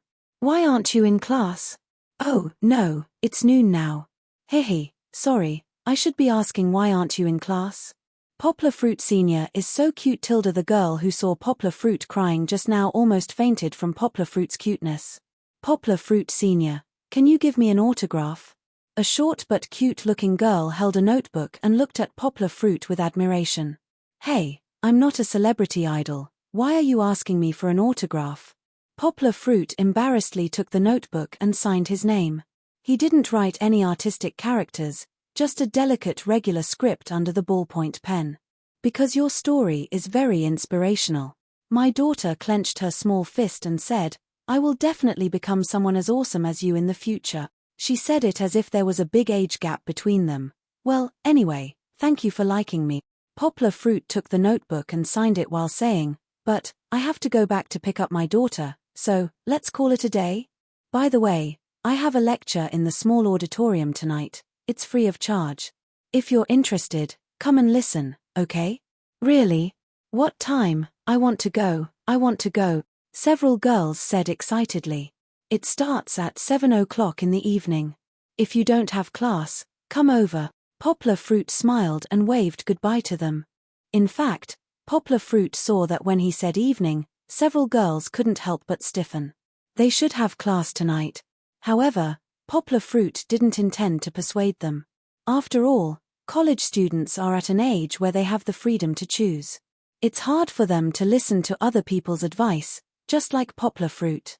Poplar Fruit also wanted to persuade them not to treat him as an idol, but just now, he didn't see any of the girls obediently listening to him. After leaving, Poplar Fruit wiped the cold sweat on his forehead. Just now, he was being pestered by these girls, which made it difficult for him. If he were to meet more irrational fans outside of school, wouldn't he have no chance to escape? One must know that Poplar Fruit now has more than 4 million fans on Weibo. Until now, Poplar Fruit was still worried about having too many fans. He didn't realize that these fans, for him, were actually a very good resistance. At this moment, Poplar Fruit naturally wouldn't think about these complicated problems. He wanted to pick up Kiki, and then go to the library to pick up his girlfriend. Since coming back, Poplar Fruit and Fong Bebe had a new breakthrough that night. The two of them were more and more glued to each other like knees, wanting to be close to each other. "Ian, I miss my baby." Chapter 9:13. Goodbye, Grandma. Goodbye, brother and sister. Kiki held her father's hand and politely waved goodbye to Poplar Fruit's teacher's wife and her friends. The little fellow was dressed very cute today. She was wearing a down jacket that was not very clumsy. She had 2 small braids, and the headband on both sides of her head and the headband on her forehead were embellished with tiny flowers. She looked like a flower fairy who had become fatter. Then, she also received the same childish response from her little friends opposite her. Poplar Fruit carried the vegetables in one hand and Kiki in the other. Walking on the school road, he asked with a smile, "Kiki, what did you play with your brothers and sisters this morning?" Kiki hopscotch. She danced with joy, as if she did not feel tired after playing for the whole morning. She still happily said, "Kiki jumped farther than my brother, so much farther." The little fellow opened her arms, but she felt that it was a little exaggerated. It was not that far, so she withdrew a little, and then withdrew a little. No matter how she moved, it was not to her liking. Poplar Fruit laughed and said, "No way? When did hopscotch compete to see who can jump farther? Don't you have to jump from square to square in hopscotch? Did Kiki jump too far and then lose?" Kiki pouted and said unconvinced, "Papa is so bad." "Say Kiki lost. Then you say it yourself, don't you? Children should be honest." Poplar Fruit said with a smile. Papa is bad. Kiki doesn't want to play with Papa." The little fellow was unwilling to admit her failure and deliberately turned her head. "Kiki wants to play with Sister Bebe. By the way, call Sister Bebe down." Poplar Fruit smiled and handed the bag of vegetables to the hand holding Kiki. Then he took out his mobile phone, opened WeChat, and said to the phone, "Baby, I picked up Kiki and came back. Are you in the library? Come down and let's go back together." "Hey, Papa, Kiki wants to speak too." Although Kiki had used WeChat's voice communication function before, she was still very excited when she saw it. She bent down and grabbed her father's hand that was holding the phone. "All right, I'll let you play with it. Don't move around, or you'll fall." Poplar Fruit steadied himself and hugged Kiki. Then, he raised his phone and said, "Press it yourself." Just like her father, Kiki scratched her head and carefully recalled the function of the WeChat walkie-talkie that she had played before. She pointed at an icon and turned to ask her father, "Papa, should I introduce one? This is for adding pictures. The one on the left that looks like an antenna is the one talking." Poplar Fruit gestured with his chin. Although she didn't know what the antenna looked like, Kiki heard the word left and pressed it. "Speak." Poplar Fruit smiled. "Kiki, hello? Kiki still pretended to want to audition. Finally, she began to get to the point. She half shouted and half screamed, "Baby, Papa is calling you home. Ha ha, ha ha ha ha." Tilda the little girl mischievously imitated her father and called Bebe sister. Then, she couldn't help but laugh at herself. This laugh was really childlike and brilliant. It made this somewhat cold winter become warm. Kiki also said that Daddy is bad. Poplar Fruit took back his phone and walked forward with a smile. He pretended to blame and said, "Later, Sister Bebe will definitely say that Kiki is too naughty and doesn't know how to respect others. She's not cute at all." No, no. Kiki's little feet stepped on her father's waist and twisted up and down on her father's body. She said unwillingly, "Kiki is very cute. Kiki is the cutest." Ding dong. Poplar Fruit picked up his phone and raised it to Kiki. He smiled and said, "You don't believe me? Look," Sister Bebe replied. "She must be here to teach Kiki a lesson. Come and listen." Wu Tilda. Kiki raised her two small hands and covered her eyes. She shook her head and said, "Don't listen, don't listen." He didn't know why she covered her eyes. Could it be that she was Kiki's version of deceiving oneself?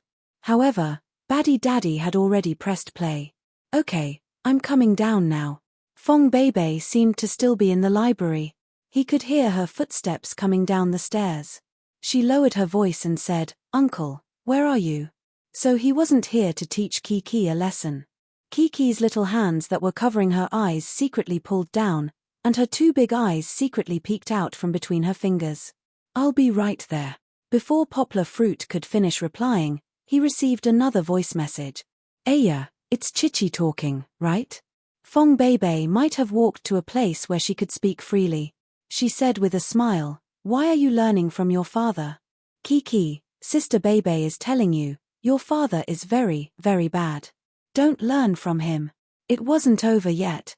Fong Bebe turned to Poplar Fruit and said, "Uncle, did you teach her?" Well, she didn't blame Kiki. Instead, she shifted the blame to Poplar Fruit. "I really didn't teach her." Poplar Fruit helplessly waved his hand and stood in front of Fong Bebe and said, "Mph, it's the father's fault if the son doesn't teach." Fong Bebe took over Kiki so that Poplar Fruit's hand could be slightly free. However, Fong Bebe immediately hooked her arm in. She held Kiki with one hand and intertwined her other hand with Poplar Fruit's arm. Their fingers were even intertwined. "Why did you come to pick us up so late today?" "I'm hungry." Fong Bebe giggled and said greedily. It was indeed not early. It was already past 12 o'clock. Even if they went back to cook, they would only start eating after 1 o'clock. Kiki knows that Papa was scolded. Grandpa Chen is with Papa. In the morning, Kiki and a few of her friends secretly took the master's wife's mobile phone to call Poplar Fruit. She couldn't wait to share the news with her sister Bebe. "It's not that I was scolded. In fact, several school leaders came to see me. Later, the teacher told me some principles of how to conduct myself." Poplar Fruit looked at Fong Bebe, who was a little worried, and said with a smile. He touched Kiki's little head and said with a smile, "Kiki might have misunderstood." Kiki didn't. Kiki pouted her little mouth, turned her head and said, "Grandma told Kiki." Fong Bebe covered her mouth and giggled. Back home, Fong Bebe put Kiki down and let her play with Goldie, who was very happy to see the little master come back. She went into the kitchen, washed her hands and prepared to help Poplar Fruit prepare lunch. "What are you thinking about?" Fong Bebe turned around and saw Poplar Fruit, who was wearing his apron halfway and then looking at her in a daze. Poplar Fruit's somewhat absent-minded eyes suddenly focused. He looked at his girlfriend affectionately. Although she didn't wear makeup and didn't pay much attention to her appearance, this gentle and cute girl with messy bangs on her forehead was the girl he wanted to protect forever. "I missed you." Poplar Fruit boldly pulled Fong Bebe's wet little hand, turned around, and blocked the kitchen door with his body. "I haven't seen you for a few hours. I missed you so much. Do you want to do something bad again?" Fong Bebe's cheeks were dyed red by Poplar Fruit's affectionate eyes. She shyly reached out and pinched the soft flesh on Poplar Fruit's waist, and said reproachfully, "It's broad daylight. And Kiki is still here." Fong Bebe said softly. Then let's leave the bad things for tonight and kiss now. Poplar Fruit pressed Fong Beibei's soft shoulders and whispered into her fine fluffy ears. Kiss kiss. Fang Beibei's body went limp from Yang Guo's whispers. She murmured, and the emotions in her eyes almost melted into water. They were watery like two pearls that belonged to the sea. Poplar Fruit took another step forward, held Fong Beibei's soft waist with one hand, and gently lifted Fong Beibei's chin with the other hand. He said tenderly, "Baby, I love you." Fong Beibei put both hands on her boyfriend's waist as if she was drunk. Her eyes were a little blurry, and she wanted to respond, "I also." Oh, the kitchen became quiet. Thank you to the readers at Chijian for your tips, and thank you for your monthly votes. Although I won't get any awards, Xiao Han is still very grateful. Because, at least the ranking is higher, and more readers will read Xiao Han's book. Chapter 9:14.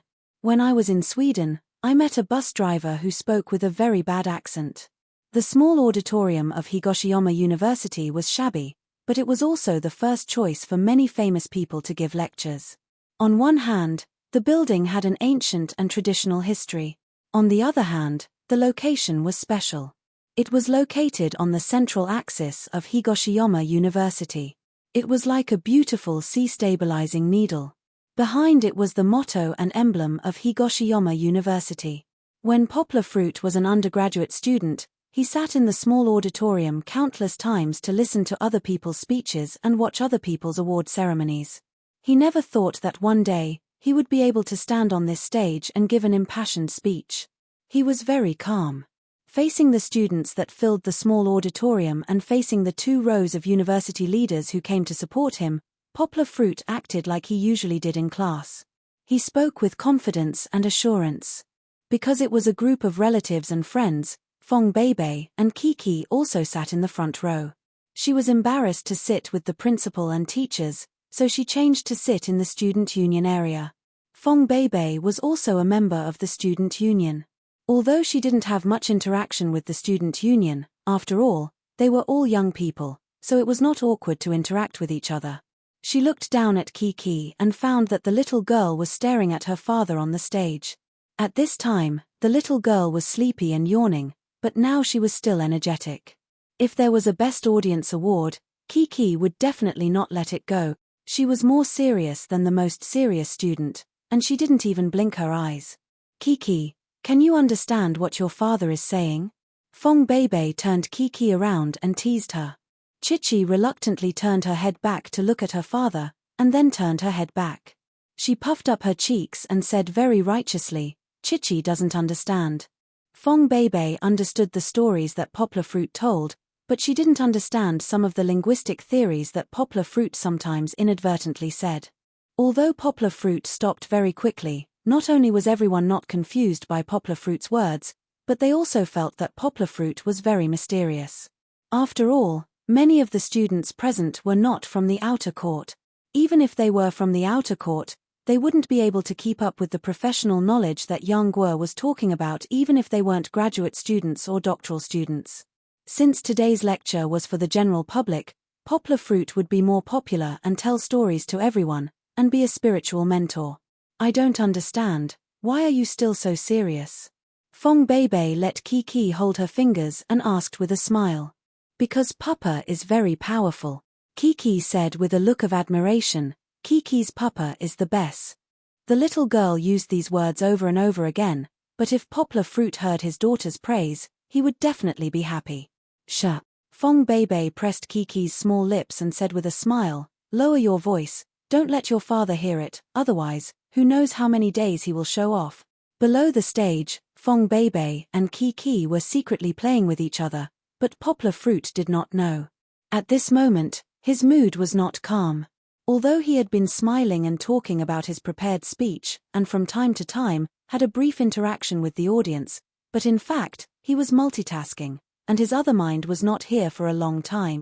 "The official start is at 7:30, I said an hour, and it's almost 8:30, right? It should be at this time." In the spiritual world where no one could see, Poplar Fruit frowned and thought, "Can it work?" Poplar Fruit was not completely sure, because it was the first time he used it, and he did not have a real human Tess. Back to the time when night had just fallen. Gan Juanji came to the nightclub he frequented most, and the valet ran over and greeted him. Brother Ji, you haven't been here for a long time. Wow, you got a new car? Hehe, I'm free today, so I came out to have fun. Gan Juanji threw the key to him and smiled in a good mood. Give me some thoughts, don't scratch it. This car was given to him by his father as compensation for being grounded. Got it. The valet chuckled. Entering the nightclub was not completely lively, but the heater was on. Gan Juanji unbuttoned his jacket, walked to the bar, lit a cigarette, and chatted with the bartender there. Because his family was rich and powerful, and he was generous, everyone was very polite to him. How, I haven't been here for a few days. Are there any good new goods? Gan Juanji asked while smoking. The bartender, how, made him a glass of ice blue and fiery red ice and fire as if he was performing acrobatics. He inserted a small olive strung with a toothpick as decoration and handed it over. Then, he received 2 tips and replied with a smile, yes, yes. Where is it? Gan Juanji was not in a hurry to drink. He held the cigarette in his mouth, looked around and asked. Hehe, Brother Ji, don't be so anxious. The bartender, how, laughed. They seem to be white-collar workers, they won't be here so soon. Wait a little longer, they should be here around 8 o'clock. White-collar? Interesting, I'll wait. Gan Juanji licked his lips and smiled wretchedly. He extinguished the half-finished cigarette in his hand, picked up the wine glass that was barely enough for 2 mouthfuls, and prepared to take a sip. Oh! Suddenly, Gan Juanji felt his heart palpitate. He was not afraid of anything, but his heart really shook. He could not help but cover his chest and frown. Brother Ji, what's wrong? How looked at him nervously and asked. Nothing. Gan Juanji shook his head, let go of his hand, drank a mouthful of wine, and laughed. Illusion, maybe I've been at home for too long. The palpitating feeling came and went quickly. Gan Juanji thought he was mistaken. He did not have any heart problems, so he was naturally very calm. Give me another glass of Angel's Kiss. Gan Juanji smacked his lips and finished the glass of ice and fire. He felt that it was not so satisfying, so he waved his hand and greeted How. Brother Ji, drinking so much, will it affect your performance later? The bartender, How, would not refuse money. He just kindly reminded him, but the movement of his hands did not stop. How can it be? You dare to underestimate your brother Ji's drinking capacity? Gan Juanji knocked on the table and said with dissatisfaction. No, of course not. The bartender, How, handed the wine over and said with a smile. After drinking this glass, Gan Juanji also felt a little tipsy. He did not try to be brave and ran to the dance floor to play. Dance, sweat a little, and the alcohol will evaporate later. Gan Juanji, who has been on the battlefield for a long time, is familiar with it. He did not know how long he played, but there were more and more people, and the atmosphere was getting hotter and hotter, but it was far from the most lively time. Gan Juanji was sweating, but he returned to the bar in high spirits. Refreshing. Gan Juanji shouted. He was grounded for a few days, and he was full of anger. Now he vented some of it.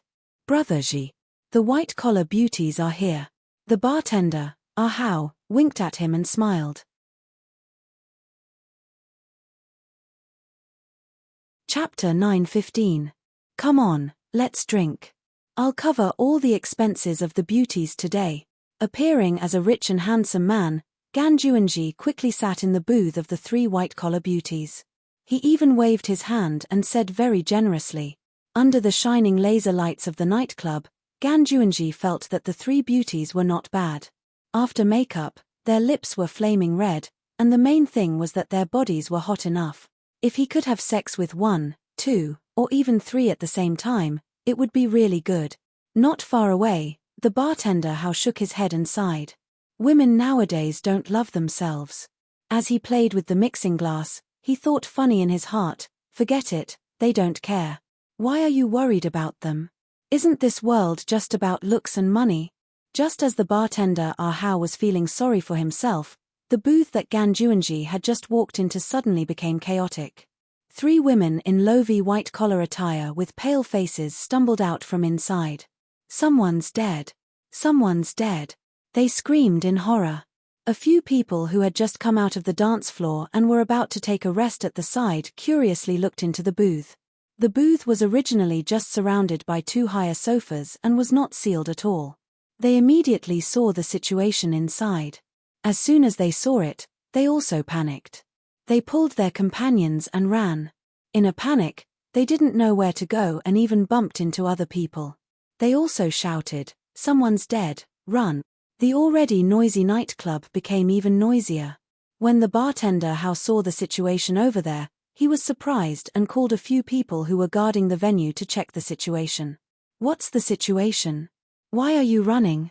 A guy with a tattoo on his arm grabbed a white-collar woman who was running away in a panic and asked, "Someone's dead, he's not breathing." "It's none of my business." The woman's tears flowed out. She struggled desperately, and her high heels fell off on the ground.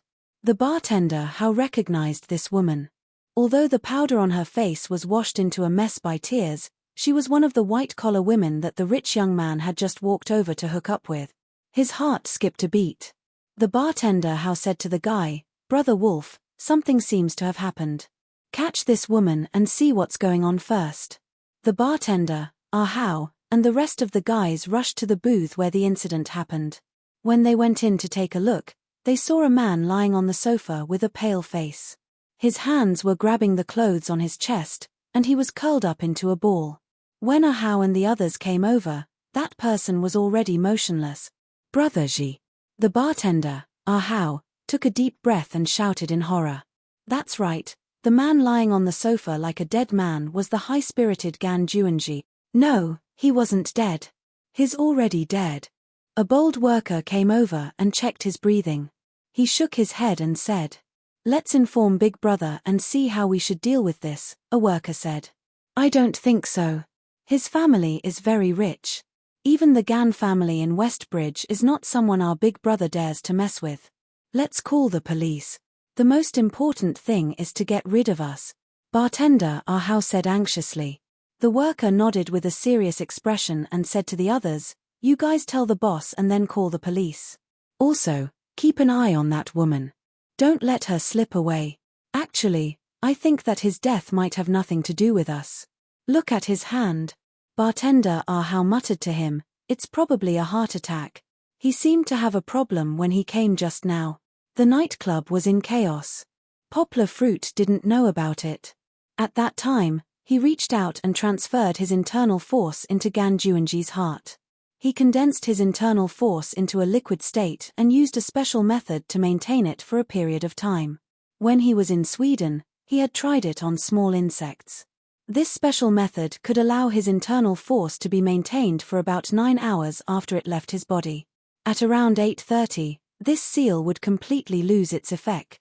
After the seal lost its effect, the internal force that left the poplar fruit's body would disappear and disperse between heaven and earth. Unless it was deliberately done by the poplar fruit, this internal force would not have any healing effect on others. Otherwise, the poplar fruit would not be practicing martial arts but a medical machine. Not only that, this internal force was invisible to the inner eye and could not be detected by instruments, but it had a strong effect on the human body. When the liquid internal force that the poplar fruit had hidden in Gan Juanji's body was about to dissipate, it had to first transform into a gaseous state and then spread out. This speed was very fast, and it did not give people time to react at all. Although it was small, not necessarily bigger than a dust particle, the strong expansion effect was enough to make Gan Juanji's cardiovascular system explode. If his cardiovascular system exploded, only death would await him. Moreover, it would be a sudden death. It would not give Gan Juanji a chance to save himself or even call for help. Regardless of whether it succeeded or not, the poplar fruit had already planted this seed at noon. Although he was slightly nervous, in the small auditorium, the person that people saw was still the humorous, witty, and talkative big boy. Time ticked by. Kiki, who was below the stage, could no longer fight against sleepiness. She fell asleep in the arms of Sister Bebe, wrapped in clothes. The poplar fruit speech was gradually coming to an end. Poplar Fruit said with emotion, Many people say that I have achieved great things, and many students also regard me as an idol or a star. In fact, Poplar Fruit is just like the students here, an ordinary student at Higoshiyama University. The audience began to clap. Poplar Fruit pressed his hands down to stop them from clapping. He had not finished speaking yet. In Sweden, teacher Mo Yang once said, "I am a storyteller. Because of my storytelling, I won the Nobel Prize in Literature." In fact, today, I am just like teacher Mo Yang. I am just a storyteller. Today, I am standing in front of everyone to tell you the interesting stories that have happened on my academic path. Of course, I am not telling you these stories to teach you life philosophy. Poplar Fruit is not qualified to be everyone's sole teacher. Poplar Fruit smiled. The audience chuckled in response. I just hope that you will be able to obtain happiness while listening to these stories. In other words, you will discover that there are still many interesting and novel experiences on the path of learning, Poplar Fruit said with a smile. Learn happily, grow happily, and then walk happily into the world outside the ivory tower. The audience began to clap. However, Poplar Fruit stopped them once again. This time, everyone looked at him in confusion. The applause means that my speech is over. After that, you will all leave the stage. If you don't hear the next news, I am afraid that you will suffer a great loss, Poplar Fruit said with a bright smile. Below the stage, there was some discussion and some laughter. Poplar Fruit smiled. When I was in Sweden, the school gave me a mission. I had to invite teacher Mo Yang, who won the Nobel Prize in Literature, back to share his experience with everyone. I also passed this request to teacher Mo Yang. He paused. The audience was already quiet. Everyone took a deep breath and looked at him excitedly, as if they were waiting for him to say the good news that was on the verge of coming out. Poplar Fruit did not keep them in suspense. He said in a clear voice, "Here, I can tell everyone. Teacher Mo Yang has given me a clear answer. When school reopens next year, he will choose a time to come to our school to give a speech. So, everyone, please look forward to it." Poplar Fruit's final words were drowned out by the excited applause of the students. Chapter 9:16. The next day was the weekend. Poplar Fruit and Fong Beibei didn't have classes. The weather was good, so the family went shopping and bought some things. In the evening, they went to Fong Beibei's house for dinner. Tomorrow is Christmas Eve. Fong Beibei took Poplar Fruit's hand and asked with a smile, "Uncle, what gift are you going to give me?" "Gift? Kiki wants a gift." Chichi, who was tightly wrapped up, heard elder sister Beibei mention a present in a daze. She immediately became happy and pulled down the large scarf covering her mouth, revealing her red, pouty little mouth as she started to cry out. "Well." Poplar Fruit scratched his head, pretending to be hesitant. Fong Beibei immediately glanced over, stamped her feet, and said suspiciously, "Don't tell me you forgot this." "How could it be?" Poplar Fruit raised his voice and laughed. He rubbed Fong Beibei's head and said intimately, "I can forget anything but this. I've already prepared a gift. Kiki also has one, but Kiki's is a Christmas gift. I can't tell you in advance. Otherwise, you won't have the feeling of opening the gift. So mysterious." Fong Beibei muttered. In fact, she was very happy because this was the first time that Poplar Fruit prepared a gift for her in advance. "Papa, what's the Christmas gift?" Kiki asked curiously. She saw that her father didn't look at her. She pulled her father's ear and repeated this sentence like a repeater. Although Kiki was wearing gloves and it didn't hurt her father's ear, she was very noisy. Poplar Fruit had to explain to Kiki, "Christmas gift, it starts with Christmas." When the family went shopping and bought clothes, Poplar Fruit told Kiki about Santa Claus who would come from the sky in a sleigh pulled by Seeker deer at night, and Christmas gifts in socks when she woke up, and other fairy tales made Kiki happy. However, there was a debate about Poplar Fruit on the internet. The reason for this debate was the news that was uploaded early in the morning. The first heir of the Gan family in Yangcheng City suddenly died of myocardial infarction in XXX nightclub. People were talking about how this young Master Gan was smoking, drinking, and flirting with women before he died. Did this guy do something in the nightclub? Then suddenly died on a woman's belly? Of course, the media soon cited the police investigation to clarify this matter. There was no such thing as XXX in the nightclub. After the autopsy, it was determined that he died of excessive smoking and drinking, which caused his heart to overload. However, not only were the audience dissatisfied, some non-official media also didn't want to minimize the matter. They dug deeper to see if there was any more shocking news. They didn't expect that with such digging, young Master Gan's background and character would be exposed in front of the people. Rich second generation, likes to show off his wealth, likes to race, likes to go to nightclubs, and changes women like changing clothes. Anyway, as long as it was a rich second generation's fault, this young Master Gan had it. There was even news that he took a high school student to have an abortion. Many netizens angrily commented, "Scum. He deserved to die. God is watching what people do." At this time, a netizen suddenly pointed out in surprise, "This young Master Gan, isn't he that bastard Gan Juanji who splashed dirty water on Weibo at the beginning of the month?" This was still considered a true fan. Not a true fan happily pointed out, "This man has played with so many women. I don't know if Poplar Fruit's girlfriend has been played with before." Poplar Fruit and Fong Beibei's fans immediately fought back. "Play your sister." Poplar Fruit already said that Fong Beibei's first love was unworthy, but they hadn't developed to that point yet. No matter who won the argument, a netizen made a shocking discovery that changed the topic of discussion about Gan Juanji on the internet. First, Qin Shui, who previously hyped up Poplar Fruit, was arrested by the police for drug possession and suspected of drug trafficking. Now, Gan Juanji, who also slandered Poplar Fruit on the internet, is also in trouble. It's a serious matter and he's dead. This discovery was immediately forwarded. Some netizens joked, "Sigh, this is really strange. Could it be that if you provoke this Poplar Fruit, you might die without knowing why? Dear, you're in big trouble. If you dare to expose Poplar Fruit on the internet, be careful not to die an unnatural death." The netizens caused a ruckus on the internet. They actually didn't take it that seriously. They just found a topic that could be used as a topic to talk about after a meal and were in a good mood. However, some people who thought they were Sherlock Holmes or Conan started to search for news about Poplar Fruit and were surprised. "Did you find anything? Poplar Fruit has only been back for 2 days. And he went straight back to Yangcheng, the same city as Gan Juanji. He had just returned, and this enemy was already dead. Do you think there's something fishy going on here? Maybe it was Poplar Fruit who killed him." "That's possible. I have an interview with the new generation martial arts student, Che Enjuan." A netizen quoted a screenshot of the news and said reasonably, "Didn't Che Enjuan say that Poplar Fruit's kung fu was better than his?" In an instant, conspiracy theories became synonymous with online discussions.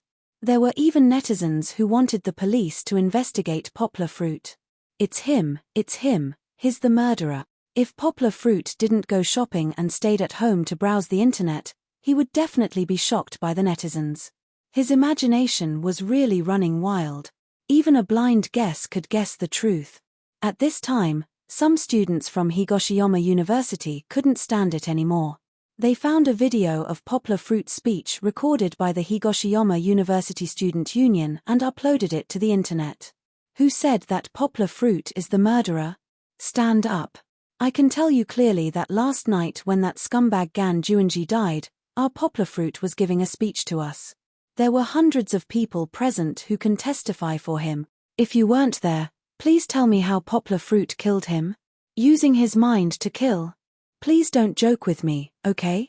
In this world, no one would be able to guess how Poplar Fruit killed Gan Juanji without spilling a drop of blood. Unless there really was a deity who came down to earth and caught evidence of Poplar Fruit using his internal energy to cheat." Poplar Fruit didn't say anything about this incident on the internet. Even when he went to the Fang family and his parents talked about it, he and Fong Beibei just sighed and didn't mention that person again. At this time, people's attention was slowly being diverted by 2 things on the internet. The first thing was Poplar Fruit's speech. The video of his speech was spread because of this incident. This made people who liked Poplar Fruit even more. "Our oppa is so talented. It also made people who didn't know poplar fruit gradually understand poplar fruit. This young man has the talent to be a speaker. The second thing was the upcoming Christmas Day. This Christmas Day had a special meaning. In front of them, people had just passed the hotly discussed 2012, December 21st, 2012. Behind them, they were welcoming a new life and the most festive and lively Western festival. How did poplar fruit and the others spend it?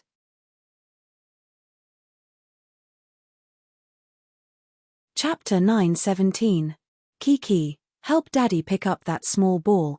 Before poplar fruit's voice fell, a white and tender little hand holding a small golden plastic ball in front of him. Turning his head, he saw Kiki standing there with an excited look on her face. It turned out that the little fellow was already ready to help her father. Just now, when the small ball was not firmly hung and fell to the ground, Kiki immediately pounced on it with her butt sticking out. The Christmas tree is so small. Chichi bounced around her father's side and chatted with him. At this moment, her mood was as excited as a mountain child who had climbed over a mountain and seen the beautiful sea. It's as tall as Kiki. Kiki jumped to the opposite side of poplar fruit, shaking her little butt, giggling, and gestured to herself. Because our family can't buy a bigger Christmas tree. Poplar fruit said with a smile, buy such a big Christmas tree, where should we put it? He bought the Christmas tree just to adjust the festive atmosphere, unlike in foreign countries, where Christmas trees and roast turkeys were regarded as symbols of Christmas. Put it in Kiki's bed. Kiki rolled her eyes, then clapped her little hands and happily said, that way, Santa Claus can give Kiki a lot of gift. You wish. Poplar fruit smiled and pinched Kiki's little nose. He handed the golden ball to Kiki and said, come, Kiki, help Daddy hang it. Chichi likes to help Papa the most. The little fellow did not forget to take credit for her work. She took it, stood on her tiptoes, and wanted to follow her father to hang the small ball. However, she seemed to be unable to find the key point. The curious Goldie wagged its tail and walked over. It wriggled and wriggled between Shishi and the Christmas tree. Then, it pushed Shishi away.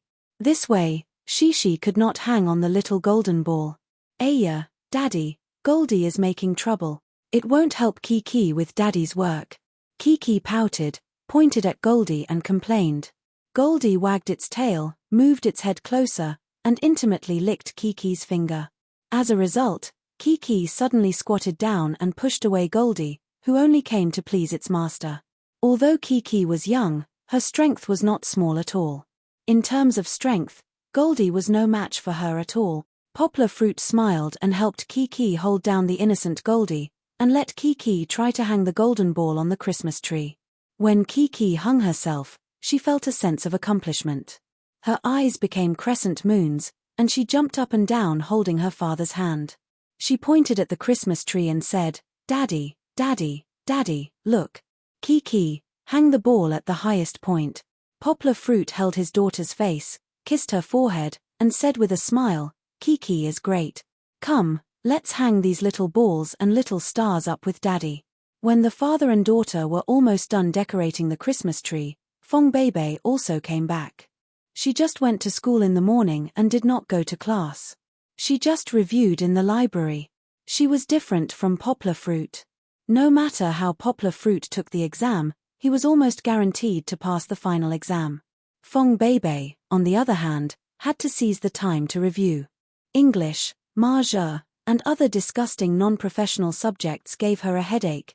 Even if Poplar fruit tutored her, she still had to do the questions and memorize the books. Wow! You finished assembling the Christmas tree so quickly? Fong Bebe asked with a smile. Kiki, tell me, who decorated the Christmas tree so beautifully? Fong Bebe asked this question, but in fact, the answer was already known. When Kiki was helping, Poplar fruit secretly took a photo, and not only did he post it on Weibo, but he also sent it to Fong Bebe. It's Kiki. Kiki happily ran out and raised her little hand to ask for praise. She was also afraid that Sister Bebe could not see it, so she jumped high and repeated these 3 words. Wow! Kiki is so smart and awesome. Fong Bebe gave 2 thumbs up and praised Kiki with a smile. At this time, Kiki was a little shy. She said bashfully, there's also Papa. Goldie wagged its tail and walked up from behind. Kiki noticed it and immediately complained, "There's no Goldie. Goldie is a troublemaker." After playing with Kiki for a while, Poplar Fruit and Fong Bebe went to the kitchen to prepare tonight's dinner. Fong Bebe also bought vegetables when she came back. "Uncle, do you think we should invite other people over for Christmas?"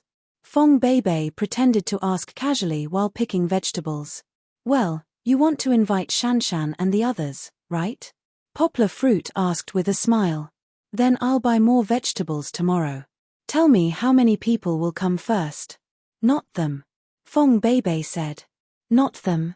Then who else?" Poplar Fruit asked. "Mosquito and Enlan? I forgot to tell you, they went to Harbor City to watch the fireworks. They are not in Yangcheng." "Watch the fireworks? So romantic." Fong Bebe said casually, "I'm not talking about them." Heh. Poplar Fruit really didn't understand what Fong Bebe was up to. "I mean..." Fong Bebe's voice was very low. She didn't dare to raise her head and look at Poplar Fruit, Sister Zhang Yujie. Poplar Fruit was a little confused when he heard Fong Bebe say this name.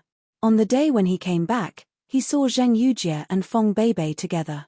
He thought that Mars was going to collide with the Earth. Fortunately, after they talked about it, Fong Bebe didn't mention her again. Zhang Yujie had just taken over New Translation Road Publishing House, and it happened that it was almost the end of the year. She was so busy that she didn't have time to talk to Poplar Fruit. So, it seemed that the storm had subsided. However, Poplar Fruit really underestimated the vigilance between women. "Why did you call her?" Poplar Fruit asked with a headache. "Shouldn't we be celebrating Christmas on our own?" "You just said it's okay." Fang Bebe raised her head, her eyes somewhat evasive as she said, "Is she that special?" Although she was avoiding his eyes, her tone was firm. She wanted Poplar Fruit to give her an answer. Poplar Fruit was speechless. No matter how low his EQ was, he knew what was going on. Poplar Fruit shook his head and continued to deal with the plucked chicken. "Okay, I know you're still a little unhappy. Stop it. Didn't we talk about it last time? You can't be jealous anymore. I just think that she's all alone in Yangcheng." Fong Bebe shrunk her head. She knew that Poplar Fruit was a little angry, but she couldn't help but mutter a few words. "If you say it again, I'll spank your butt tonight." Poplar Fruit laughed and said, "And I'll spank you with your pants off. Do you know what it's called tonight?" "Aya, Uncle, you're so evil," Fong Bebe said angrily. She patted the water and smiled as she sprinkled some water on Yang Guo. This time, she didn't make a fuss. She knew Poplar Fruit's temper and bottom line. Actually, she's not alone in Yangcheng. Poplar Fruit thought for a while and explained, "Her dad also works in Yangcheng, so you don't have to worry about her."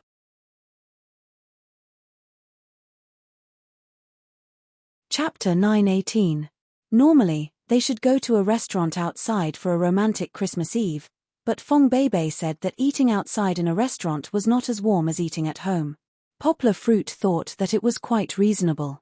Now that it was cold outside, Fong Bebe would rather stay at home if she didn't have to go to school.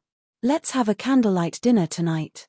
Poplar Fruit found the candlestick and long red candles that he bought yesterday, lit 2 of them and placed them on the table. "I'll turn off the light." Fong Bebe took off her apron and casually hung it on the back of the chair. She trotted to turn off the light, and with a burst of bell-like laughter, all the lights in the room went out at once. "Oh, where's Papa?" "Kiki is scared."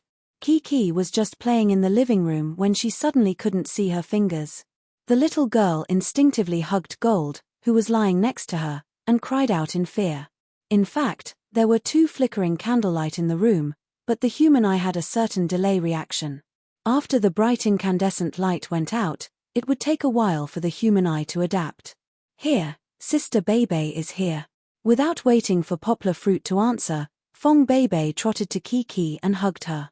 She was in a good mood. Compared to just now, Fong Bebe returned to the lively and lovely girl that a young girl should be. In fact, it was not difficult to understand why Fong Bebe was a little narrow-minded with Poplar Fruit just now. Zhang Yujie gave her too much pressure at the airport, and even almost broke her self-confidence. Although Poplar Fruit promised her that he would not change his mind, she still felt a little uncertain in her heart. Fong Beibei was also sensible. She knew that Poplar Fruit's translation career was very important. She did not dare to suggest that Poplar Fruit cut off contact with Zheng Yujie, who was the boss of Poplar Fruit. She was also afraid that Poplar Fruit would think that she was too spoiled and would not like her. Therefore, even though she felt uneasy, Fong Beibei was only jealous to the extent that Poplar Fruit could tolerate. She wanted to make Poplar Fruit understand her feelings. Of course, there was also the intention of acting coquettishly and asking for a hug. Be careful, don't fall down yourself. Poplar Fruit reminded him with a smile. He put away his and Fong Beibei's aprons, washed his hands, and prepared to eat. After adapting to the candlelight, Kiki was finally not afraid. She did not need Sister Beibei to hug her. She asked to sit in her own exclusive seat, so that she could have more freedom. Kiki, don't touch it. Fong Beibei shouted and reached out to stop Kiki's little hand that was reaching for the candle. Sister Beibei, what is this? Kiki asked curiously. This is a candle, Fong Beibei said with a smile. Suddenly, Kiki pouted her little mouth and said, Sister Beibei is lying. Candles are not like this. Candles are so small. Blow out the candles and eat the cake.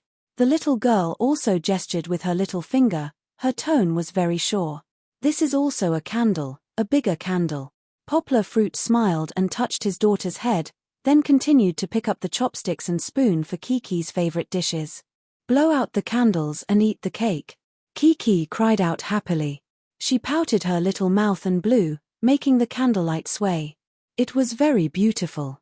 Don't make trouble. Where is the cake? Poplar Fruit smiled and pushed the candlestick away, otherwise Kiki could reach it. He said, Today is not your birthday. When it's your birthday, Dad will buy you a big cake. No. Kiki said disappointedly. She was a little depressed. Fong Beibei reached out to Kiki's hand and said with a smile, Kiki, it's okay. Hurry up and eat, then go back to your room to see if the socks are hung up properly. Today, after Kiki falls asleep, Santa Claus will come to give Kiki a present. Oh, Santa Claus. Kiki remembered, and her eyes suddenly lit up. She could not wait to twist her slender waist and shout, Kiki is going to have a present. Yes, and there are two. Fong Beibei turned to look at Poplar Fruit, and the two of them looked at each other and smiled. With Kiki causing trouble, this candlelight dinner was not very romantic. However, it was full of warmth and joy.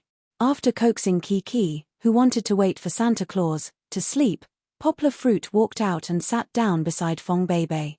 Where's the present? Fong Beibei did not hesitate in front of Poplar Fruit. She sat up on her knees and stretched out her white palm with a smile. There was not much sun this year, and Fong Beibei's skin was much fairer than before. Of course, it was not that she did not look good before. White and tender had its beauty, and wheat-colored skin had its charm. Looking away from his girlfriend's hand, Poplar Fruit smiled and said to Fong Beibei, What? Can't wait. If you don't send me off, Christmas Eve will be over. Fong Beibei said with a pout. Okay, Poplar Fruit said with a smile, close your eyes first. Okay. Fong Beibei obediently closed her eyes. However, she felt uncomfortable kneeling, so she raised her butt and changed to a cross-legged position. She raised her head and looked expectant. Poplar Fruit seemed to have walked 2 steps and turned back. He smiled and said, You can open your eyes now. Fong Beibei expectantly opened her eyes. She saw red in front of her. She tilted her head back and saw 2 big red apples. Ah, why are they apples? Fong Beibei said with some disappointment. Don't you like apples? Poplar Fruit pretended to pick up the apples and looked at them. He asked with some regret, Aren't you supposed to give me apples on Christmas Eve? It's not that I don't like it.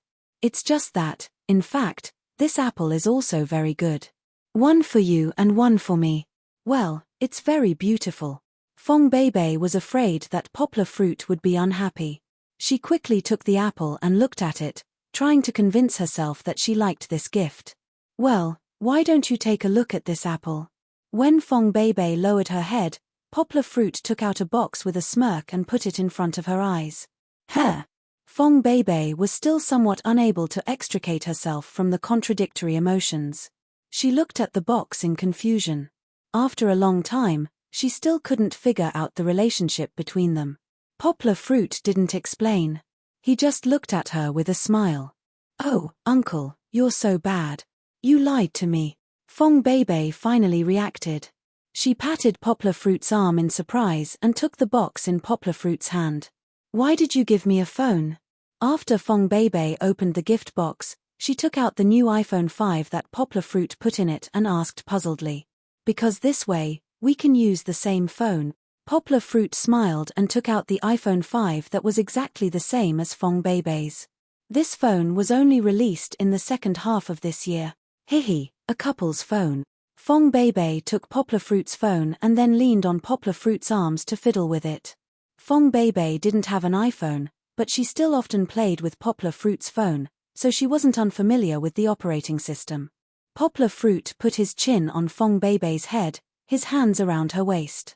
He looked at Fong Beibei's smiling face as she raised the phone and the two took a photo together. "This is our lock screen wallpaper. Hihi, you're not allowed to change it." Fong Beibei raised the two phones and said to Poplar Fruit with a smile.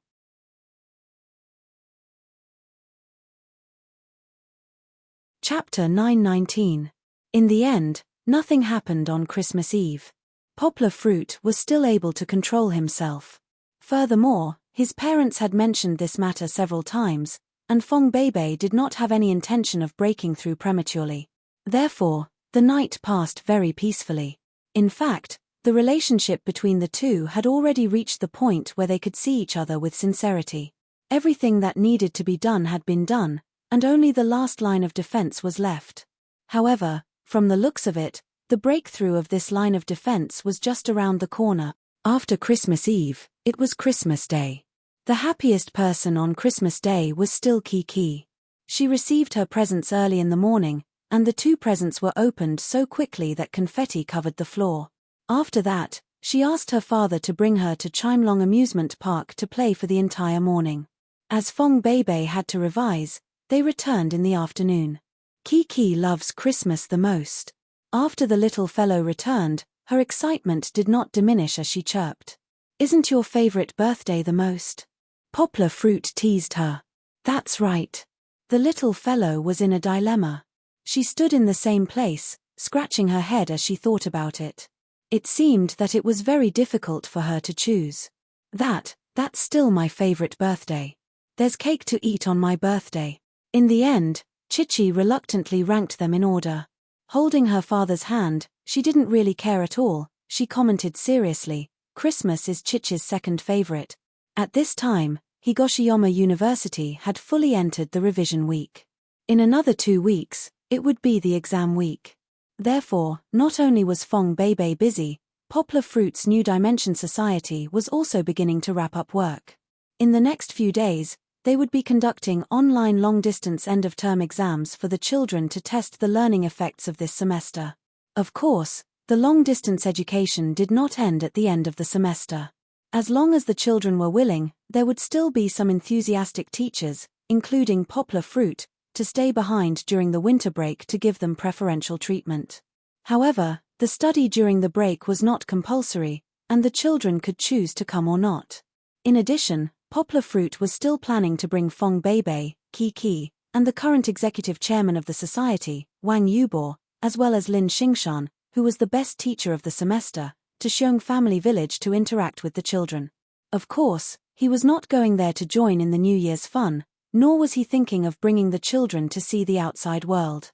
This idea, after the discussion of the society's backbone, they decided to do it during the summer break. The reason why he wanted to go to Xiong Family Village was mainly because Poplar Fruit also needed to do a half-year evaluation with Meng Ping to make a summary report on the results of his long-distance education. Meng Ping told him that if he applied for it from the province, the next semester, the long-distance education would be fully implemented in Lidong County. It would benefit 6 towns, 16 remote mountain villages, and more than 4,000 poor students who could not go to school or whose education level was too low. Of course, this was only for primary school. Junior high education was not something that Poplar Fruit could afford, with dozens of university students who had not received proper teacher training. After doing some calculations, Poplar Fruit had spent about 2 million yuan to set up classrooms and equipment for more than 300 children in Xiong Family Village. Now, it was more than 10 times that amount. That meant that he had to spend nearly 30 million yuan. Poplar Fruit was not worried about not having enough money this time, because Meng Ping told him that the government would not let Poplar Fruit use all of his money. If all of it was used by private or charitable organizations to support the poverty alleviation education in a county, wouldn't the government lose face? He would fight for the education funds and at least get half of the cost. In this way, if Poplar Fruit's long-distance education charity fund was only 10 million yuan, he could still afford it. Although when the fund was first set up, Poplar Fruit's own money and the donations from some of his foreign friends only amounted to about 30 million yuan, don't forget that Poplar Fruit's income from the copyright of New Translation Road was quite considerable. He had already donated more than 20 million yuan to the long-distance education charity fund, which was more than 60 to 70% of his income. Regardless of how selfless and noble Poplar Fruit was, the foundation with more than 50 million yuan was still considered a strong fund. Even if the number of poor students in Lidong County doubled, the fund was still enough to pay for all the children's education expenses. However, the upright Meng Ping stood from the perspective of the people and reminded Poplar Fruit, "You are cooperating with the government. If you don't want your money to be embezzled, and if you don't want the children's hopes to be dashed, you have to do your procurement properly. If the procurement is all handed over to the government personnel, embezzlement, and shoddy goods will definitely happen." Meng Ping had seen too many of these people in the impoverished Lizong County. Even after experiencing an anti-corruption storm, people were still greedy. After the investigation team left, didn't they still take what they wanted and take what they wanted? Meng Ping could guarantee that the Education Bureau under his control would not be in trouble, but he couldn't represent everyone, especially the Finance Bureau that was already in chaos. Every year, the education funds allocated by the higher-ups were not small, but after so many layers of exploitation, the Education Bureau did not have much. This time, Meng Ping even had to apply for a special fund to ensure that it would not be embezzled. Therefore, he needed Poplar Fruit's cooperation. Poplar Fruit was not stupid. He was very flexible in this aspect. After receiving Meng Ping's advice, Poplar Fruit began to think about how to use the money that would change the lives of poor children. The distance education charity fund he set up had to be transparent, open, and fair. Transparency and openness meant that the details of all the money spent, the whereabouts, and the implementation of the funds had to be listed on the website to ensure that everyone in the world could find it and maintain the supervision of the distance education charity fund. Being fair was not easy. At the very least, if the charity fund was controlled by one person, then there was no way to be fair. Poplar Fruit could not do it himself. He had to hand over this power and let more people participate, other than those with ulterior motives. Regardless of whether it was the appointment or dismissal of positions, some large expenditures also needed to be voted on. Of course, if it was just the distance education charity fund, it would not be enough to maintain its innocence. This was because it would not be able to prevent the corruption and influence of the government. Poplar Fruit needed to use the power of the public. In the quietly approaching 2013, Poplar Fruit needed to push distance education into the public's eyes and let everyone know about it. Only by putting this matter on the table and using the power of his millions of fans could he cut off the hands of those who had reached out to him. In 2013, Poplar Fruit had a long way to go.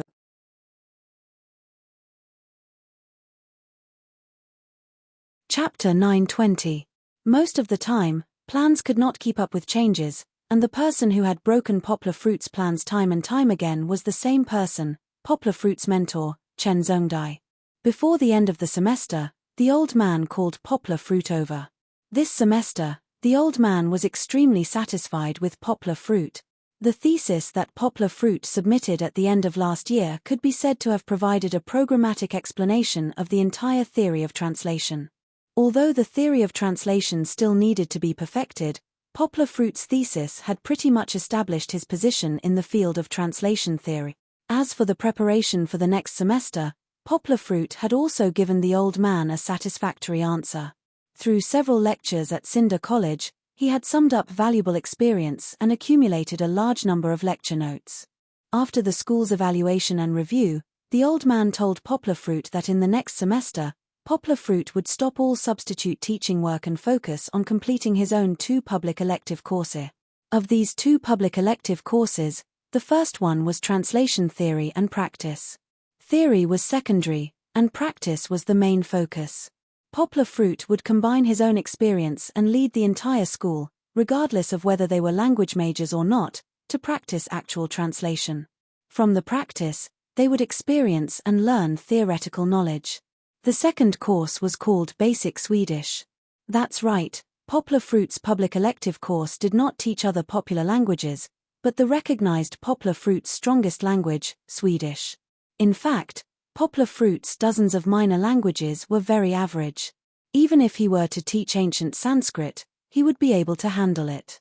However, Poplar Fruit's Swedish had been tested by the Nobel Prize in Literature Committee. The school also wanted to ride on the momentum of the Nobel Prize in Literature so that students would not stay away when they saw that it was a foreign language. However, could one learn a language well in 1 semester? That was impossible. Not everyone could be as crazy as Poplar Fruit. Poplar Fruit himself also felt that it was unreasonable to open a new language course in the public elective course. One had to know that everyone chose the public elective course based on their own interests. If they chose a course in this semester, they would not choose it again in the next semester. Fortunately, the school had also clearly told Poplar Fruit that this was only a test. If Poplar Fruit's teaching was indeed good, they would change this public elective course into an internal elective course within the outer court. It was even possible to open up a separate major for Poplar Fruit in the future. This was all for the future. It was still a bit ridiculous to open up a separate major for Poplar Fruit. After all, even the best scalper would die of exhaustion if he had to support a major by himself. Chen Zhengdai called Poplar Fruit over today not to inform him of any changes in the next semester, but to inform him of 2 announcements. This is not a question, this is a notice. Chen Zhengdai said firmly, no matter what you say, you have to go to Macau to participate in this language forum on March 4th. This is not only an event in China. Taiwan, Hong Kong, Macau, and some translation schools will also send representatives to participate. You are representing our school and our country. How can you just refuse? Teacher, do you have to make it sound so serious? Poplar Fruit smiled helplessly and said, look, the notice says that it's from March 4th to 6th, but I really have something to do at this time. Chen Zhengdai asked unhappily, what can't you put it aside for now? I remember that I told you about this forum not long after you came back from BA Li. Okay, don't give me any excuses. You're not allowed to take a leave this time. Poplar Fruit smiled bitterly and said, no. Teacher, March 6th is my girlfriend's birthday. Originally, I said that I would celebrate her birthday for her first time. I can't not be in Yangcheng on that day, right? Birthday is a small matter, but Fong Beibei's disappointment is a big matter. Poplar Fruit promised her that he would spend every birthday with her in the future. I say, are you really stupid or are you pretending to be stupid? Chen Zhengdai's tone sounded as if he expected better from him. He scolded, I think you are really stupid. You are so stubborn and don't know how to be flexible. Poplar Fruit touched his head. He was confused by the scolding. If you want to celebrate her birthday, can you only celebrate it in Yangcheng? If you go to Macau to participate in the forum, can't you bring her with you? Chen Zhengdai was so angry at Poplar Fruit that he laughed. He threw a book at him and said, there's an event in the forum during the day, so you two can do whatever you want at night. That's right. Poplar Fruit suddenly understood. He also scolded himself for being stupid. Why didn't he think of this? Chen Zhengdai laughed and said, it's just Macau, it's not that far. You can bring her to play and she can help take care of Kiki. Don't ask your assistant to help you take care of your child. This time, you can't bring your assistant with you. Hihi, I'll discuss it with her when I get back. Poplar Fruit scratched his head embarrassedly. He returned the book and prepared to run away. He did not want to let the old man continue to ridicule him. Where are you in a hurry to go? We're not done yet. Chen Zhongdai knocked on the table unhappily and shouted. What else? Poplar Fruit could only move his butt back. Next semester, you don't only have the task of 2 public courses. On my side, I also have to give you more responsibilities. Otherwise, when you take 3 years of master's and doctorate, others will gossip that I let you in through the back door. Chen Zhongdai said. Generally speaking, if a student wants to study for a doctorate, they have to go through 4 years of undergraduate studies, 2 to 3 years of graduate studies, and 3 or more years of doctorate, a total of more than 9 years. Language graduate students generally take 2 years, so it's relatively faster. The masters and doctorates are for those students who have good results in the postgraduate examination. However, according to the regulations, it also takes 5 years to complete the degree. The fastest is the masters and doctorates for medical students. They can get a doctorate in 8 years. Of course, the hardships are unknown to ordinary people. Poplar Fruit is a special case. With his own ability, it's not a problem to directly give him a doctorate. However, China's system is more rigid. It must be done step by step for so many years to get a certificate. Chen Zhongdai reducing it to 3 years is already skirting the law. It's easy to be questioned by others. Fortunately, Chen Zhongdai believes in Poplar Fruit's ability. As long as he proves everything with his ability, he believes that no one will revoke Poplar Fruit's doctorate after 3 years. Poplar Fruit has published 2 heavyweight papers in his first semester. It's obvious that Chen Zhongdai has begun to build a foundation for him that others can't find fault with.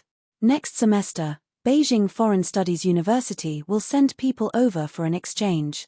The leader is Luo Lin, someone you know.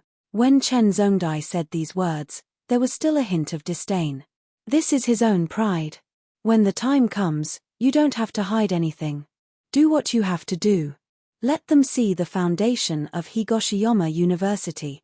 Poplar Fruit smiled and said, Teacher, weren't you worried that Professor Luo would take our credit? Bullshit, I'm worried about him. Chen Zhongdai jumped up as if someone stepped on his foot. It's that old man who is cunning. It's okay. Now that your paper has been published, no one can take your credit. Show them generously and let them study together. Our Higoshiyama University is the top university in Guangdong province. You have to have the bearing of a senior colonel, understand? Poplar Fruit snickered and didn't answer.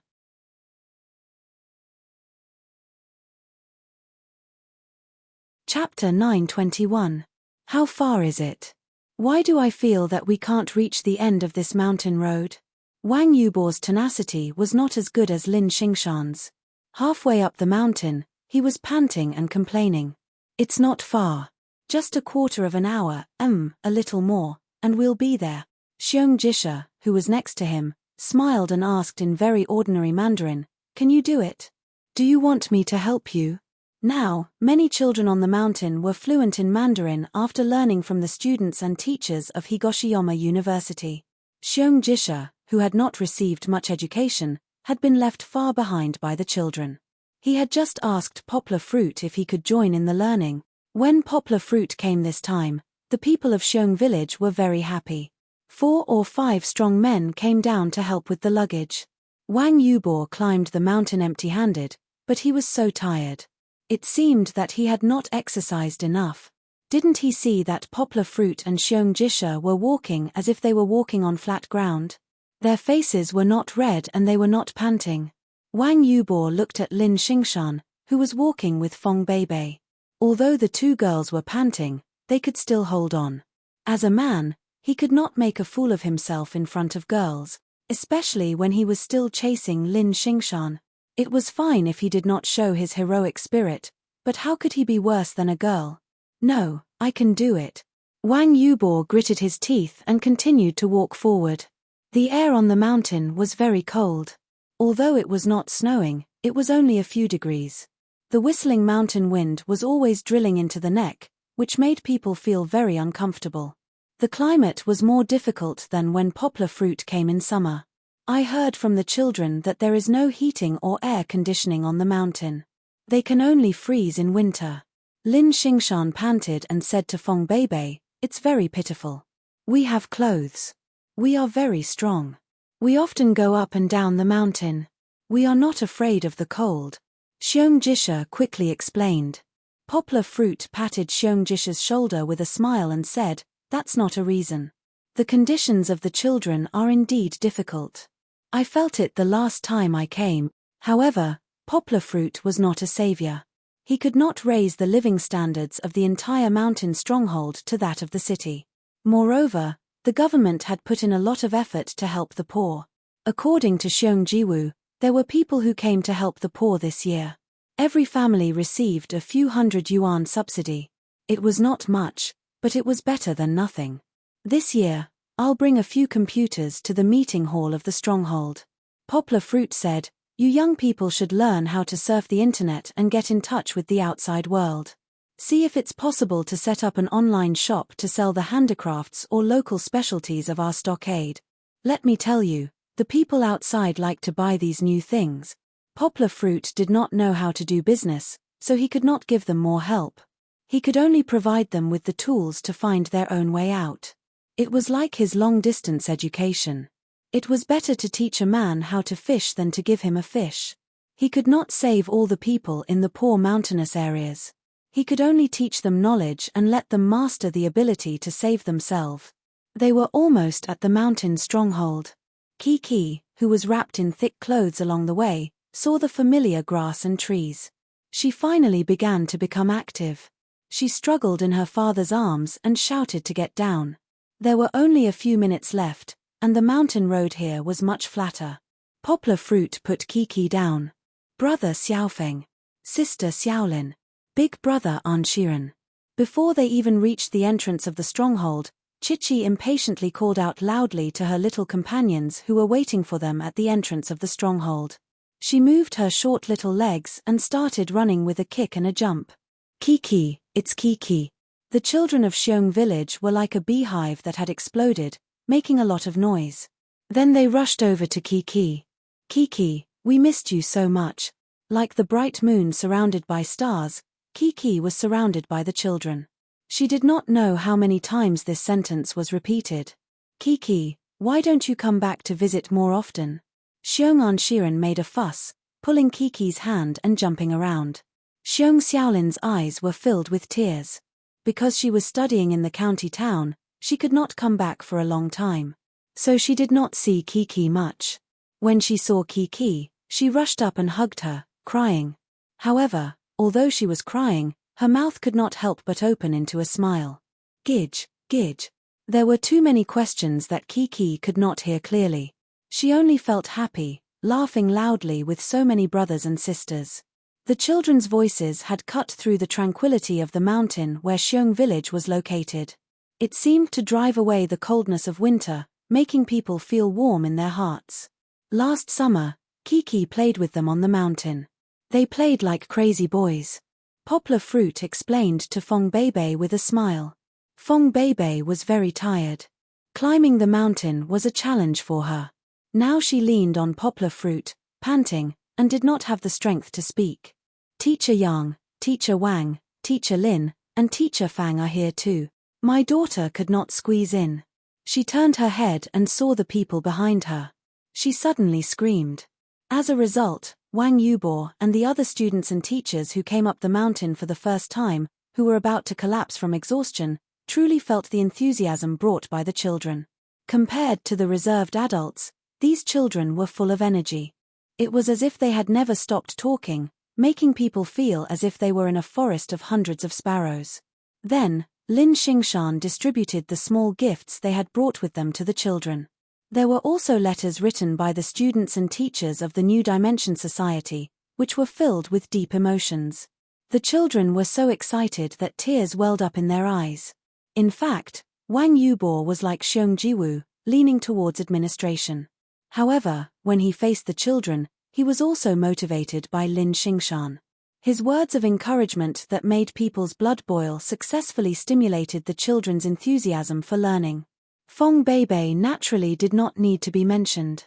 She was born with an affinity for children. Very quickly, she played together with Kiki and a group of lower-grade children.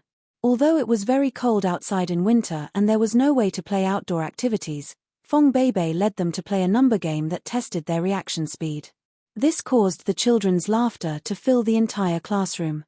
What about Poplar Fruit? Poplar Fruit did not accompany Fong Beibei and the rest to play with the children. He went to visit his first real martial arts master, Xiong Kahu. The old man's body was in good health. When he saw Poplar Fruit, he did not even greet him. Instead, he threw 2 Miaodao to Poplar Fruit and asked him to perform a set of knife techniques. He wanted to see if Poplar Fruit's martial arts had deteriorated during this period of time. Poplar Fruit's knife techniques had really deteriorated. His boxing skills had improved, but because he had not practiced the Miaodao for half a year, he was particularly unfamiliar with it. Poplar Fruit broke out in cold sweat. He braced himself and performed a set.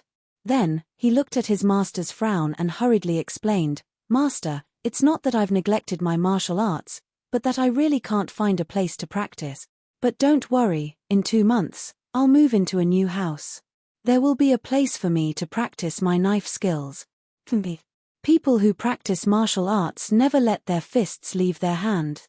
This attitude of yours is unacceptable.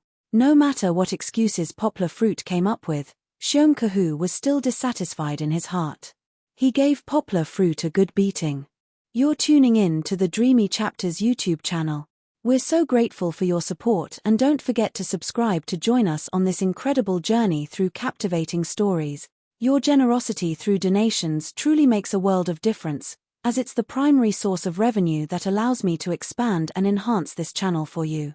Thank you from the bottom of my heart for being a part of this adventure.